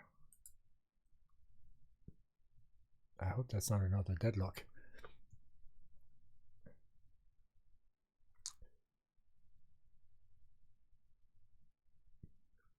Okay, let's look at it quickly. Data vector primitive, mutable, and primitive. Yeah, I think the API changed there. So it's primitive exports vector and m vector, but vector without the constructors.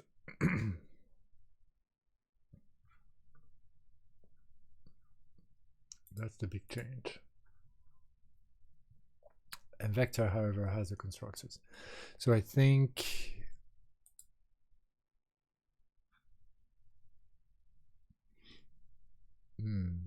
what do I think?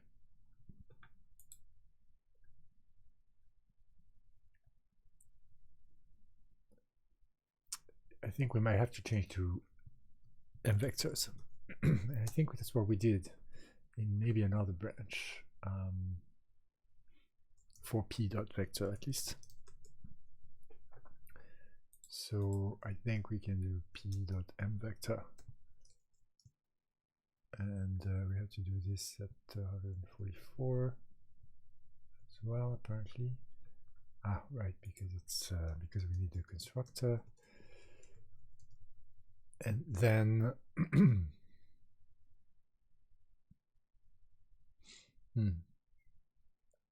I see. So maybe it's just that we don't have the vector instance anymore. Is that going to be a big problem if that's the case? Because that's not going to work, right? Are we going to need, yeah, PM? Okay, let's look again. Yeah, no, I think primitive basically re-exports mutable vector. I think like primitive mutable has m vector in it, and primitive just re-exports the m vector from it, right? Yeah. So really they're kind of the same. So let's try and remove the vector one, see if anything was depending on that. Okay.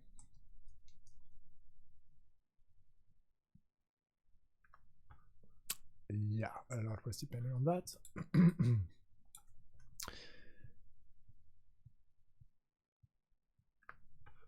Or is that something else? It is not something else. It is exactly that.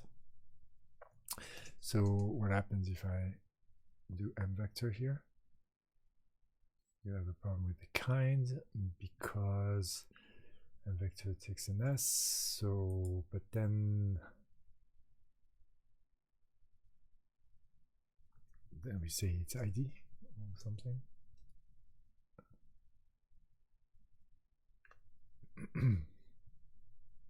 Or we just say it's an S. And it's not the same S as the state. It is actually. Okay, well then. And then we don't have vectors anymore. And then it doesn't work, right? No, it doesn't work. So how will we just deconstruct the vectors then? So suppose we can say vector, and then here we need to do something smarter. which is what?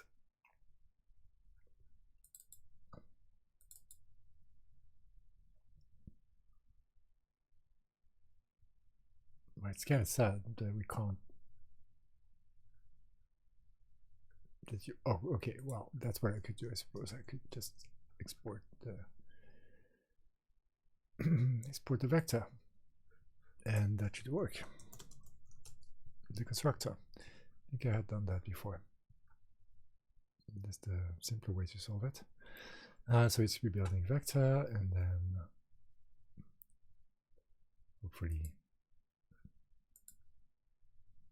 yeah, hopefully we need to just do p vector here.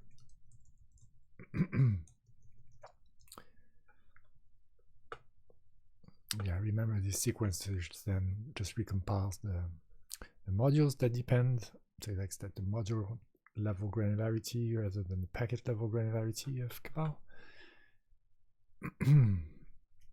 And since it compiles, can bring back the sword and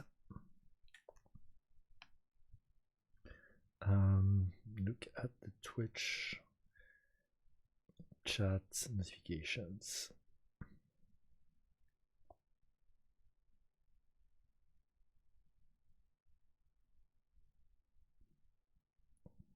Whispers is not gonna help. Yes, indeed, I am live. Stream manager shows some stuff, including the chat room. And so I suppose I could have this somewhat in my view as well, but that would drain my battery very fast.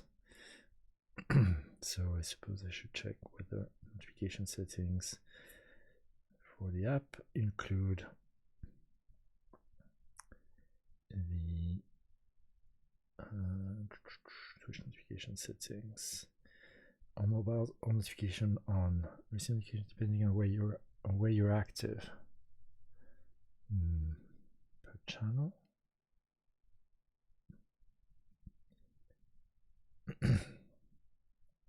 Per channel doesn't have my own channel. On mobile, on all notifications on. When a streamer follow goes live, I don't know if it says when. I mean, I can't see the notifications for one's messages from earlier. In fact, I can't even see the chat history there. So, yeah, doesn't look like that's an actual solution.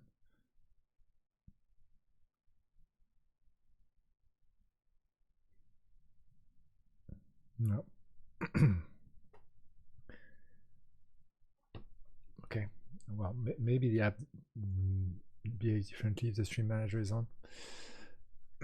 Comparing data vector set. Hey, that's structures. Hey, that I think I'm not sure we ever went that far.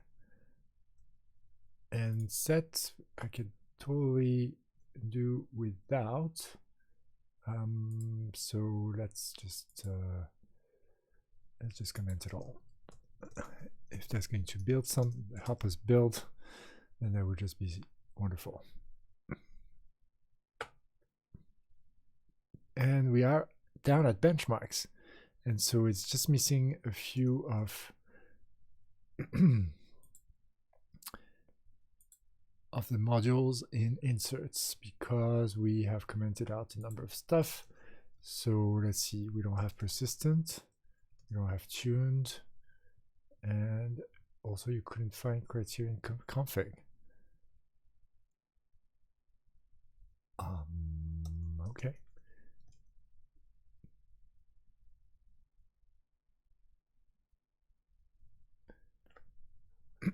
And therefore we miss all of the P's, so we'll end the T's.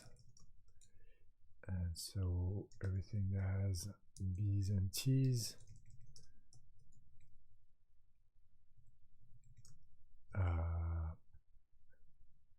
P's and T's, what am I saying? P's and T's and P's and T's should be removed.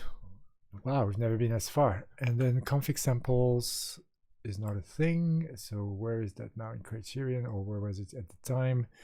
Which version do we use? We used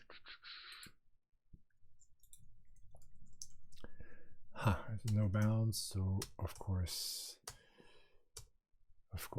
So let's in fact go back in time to a version of Criterion which had a config. So that's not the latest, but this had a config. And what about 10? 10 didn't have a config. Okay, so 0810.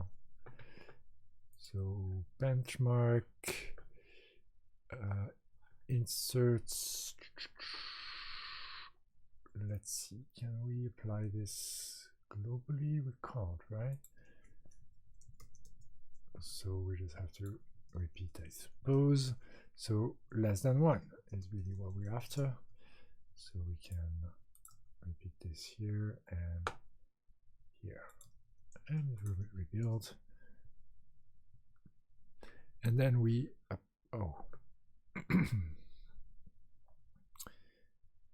rejecting 010 because of base. I see. Oh well, that's really so we're using actually base 482, and this Criterion is really so old. It looks like it is 2016 or 2013 maybe.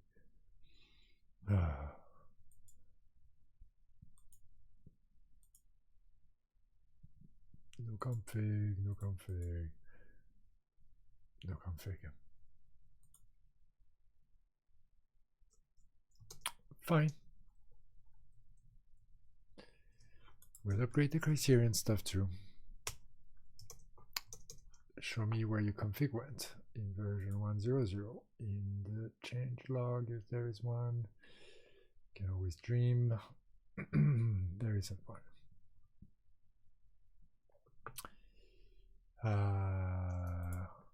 This is super old. There's really not a lot of chances that the GitHub will have a release or anything like that. Maybe there's a changelog file in the repo, and no, there isn't. And only tags for releases.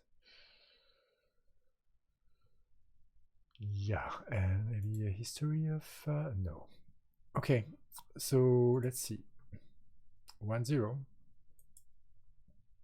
And none of this is linked as well. Yeah, great. So what's our version for Criterion here? I think probably the one that it tries beginning, which is 1562. So let's go to 1562. I assume, I really don't have a clue. And at least this is linked. That's good. So we will be able to search for CFG sample if it still exists. There's a config class. It's in Criterion type now, and so maybe that's a field in here, and well, it isn't, but that's probably the right idea. Config samples, something like resamples, but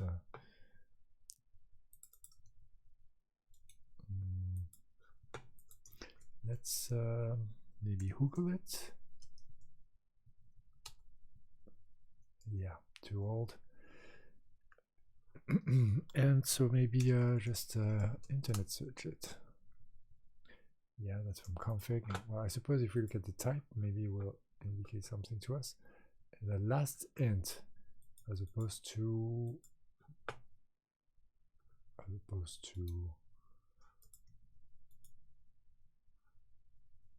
let's say, for instance, maybe int, but that's resamples.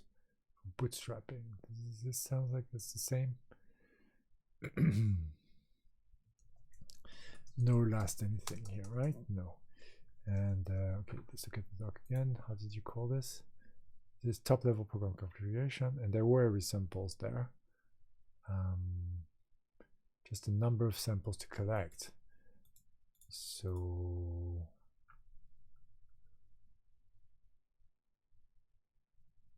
maybe that's been moved to regressions to perform.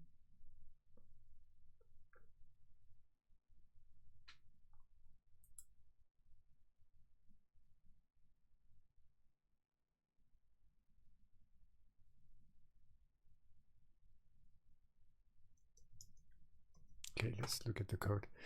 First of all, 19, we still have some stuff. It's not in the vector, it's in benchmarks. And 19 is PNT. And then CFG samples are just 10. So it's default main width and default config. So do we have such things?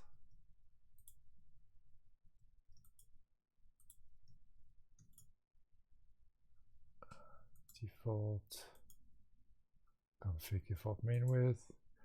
We do, and resample 10 times the bootstrapping. So maybe it's just resample, huh?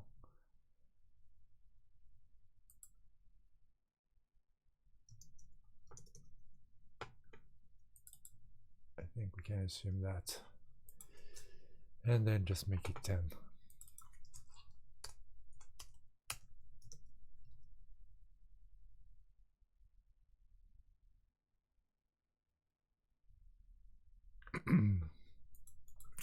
Probably because we want types now.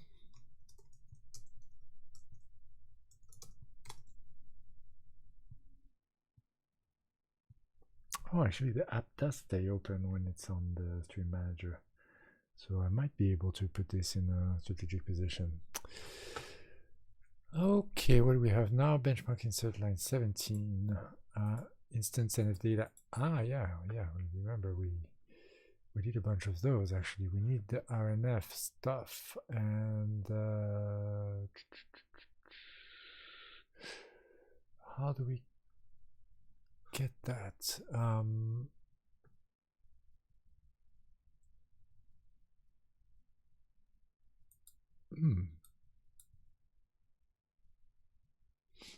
Hold on, that's maybe different. So the v.map and the o.map will be the optimal one, I think. So indeed those have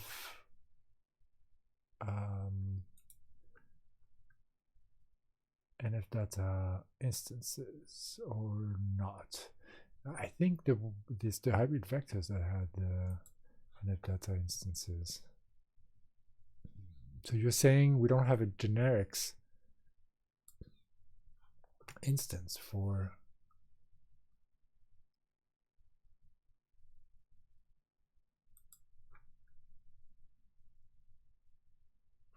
map.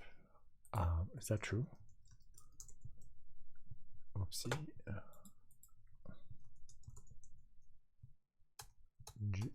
We don't.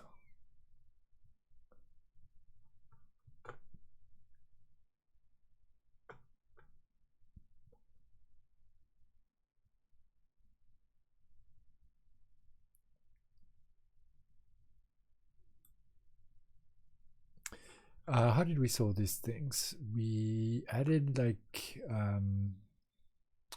what seemed like very mechanical instance definitions to, for instance, a primitive, right? For instance, I think, or generic.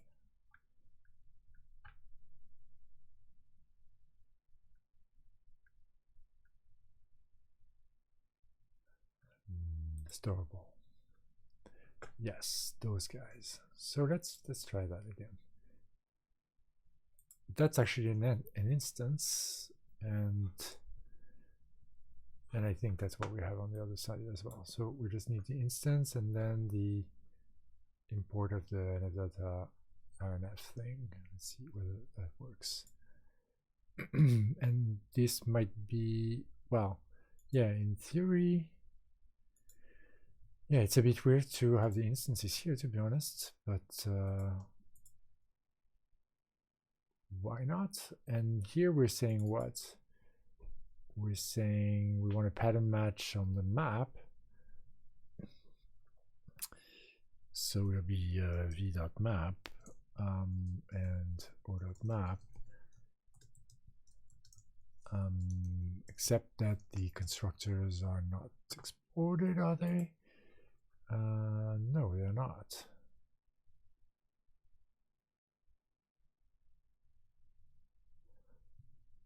So what does instance, what is an instance like in that case?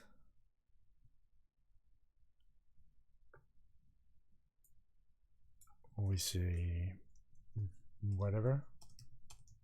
I mean, that has to be the same thing as the empty instance, doesn't it? And then deepseek, well, actually, if it doesn't, it should import RNF.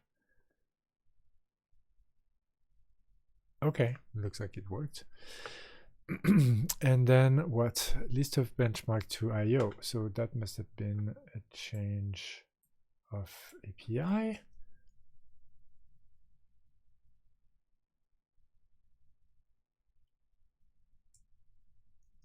Maybe. Let's see if that's the case, because this return is a little bit suspicious. And indeed, it's linking. It's benchmarking. Oh my. I mean, it's not benchmarking, it's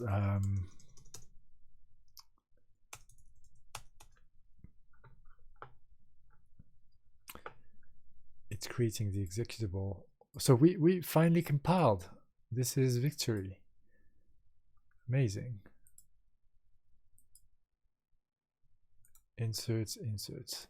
So let's go for it.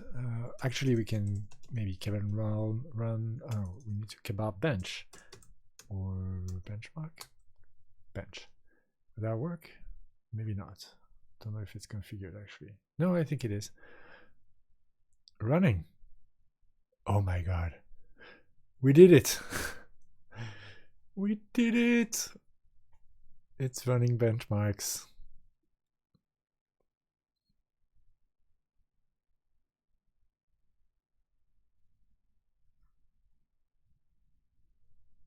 Are those picoseconds?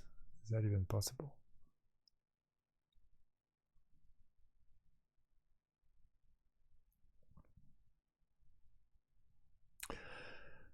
But we did it. And I think I said I would, I was tired and I was going to sign off like 50 minutes ago. This is so typical of me. I always do that. But look at this. How about this result? This result of having Erd doing unspeakable things trying to get this to work. And it was so much simpler than I thought. But I learned to solve these kind of problems. Haskell archaeology from 7 years ago is now a skill I can put on my resume. But yeah, more importantly, we actually have the benchmarks working. And so what we'll do next time is to dig into the benchmarks and try to make sense of them, and then try and implement range queries and whatnot. So, oh boy, that's amazing. I'm so happy. Okay, so next time.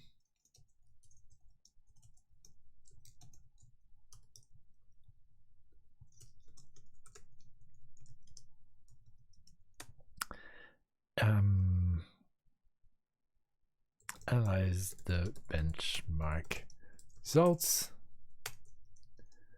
and implement a range query, and then think about the maybe a cache Oblivious try. But maybe before we do that, is like try to do a little bit of another kind of bout of research.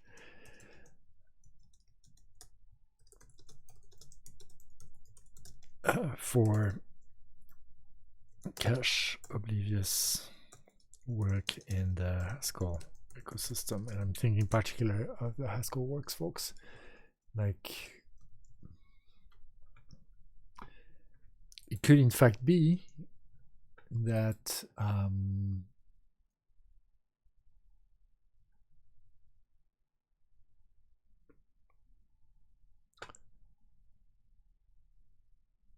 that this other approach that's being used here in slow, that we commented out and whatnot, that this has become the way to do it. So we might want to trace this. So the slow approach maybe, and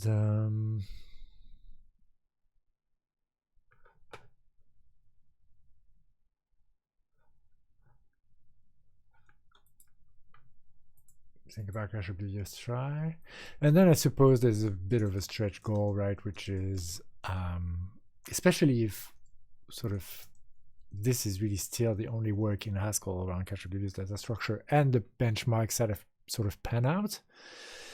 And well, actually, before even analyzing the benchmark, it's just like kind of cabal REPL and use this thing and write tests. So yeah, and so it means that if the rest pan out, then like just update the library. That would be nice, right? And then, I mean, on the way and whatnot, we can think about whether other data structures would fit that model. And if there's actual gains, and if, you know, like actually updating library on newer version of GHC makes sense. I suppose there's the read up on Fusion that we want to do. I mean, we did look a little bit at it, but I think that that's going to be useful if we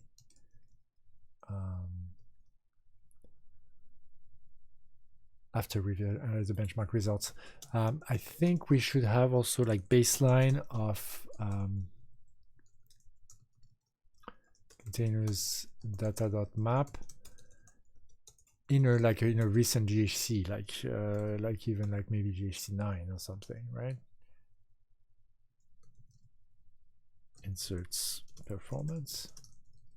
If you know, like we're not gonna do only inserts, right? But, all right, so I think that's it. I think ephemeral is the mutable vector one. The one that I don't understand, like the picoseconds, that seems wrong. Maybe it's just not doing anything, right? So how would that even work? And that's an insert only cache Oblivious occurs, and use ephemerally. So I have to also wrap my head around what exactly that's supposed to mean. I suppose maybe it means non-persistent, meaning you don't have the thunk trick. I think that's exactly what it means. But this seems wrong, right? Picoseconds versus milliseconds, definitely something is up. Which is possible because this is more like on the paper research kind of type of things, and definitely nowhere, as far as I can see, productized, made ready for production. All right, so we'll leave here with this awesome running benchmark. Finally, it compiles, and so I sign off saying thank you so much for watching, and bye-bye.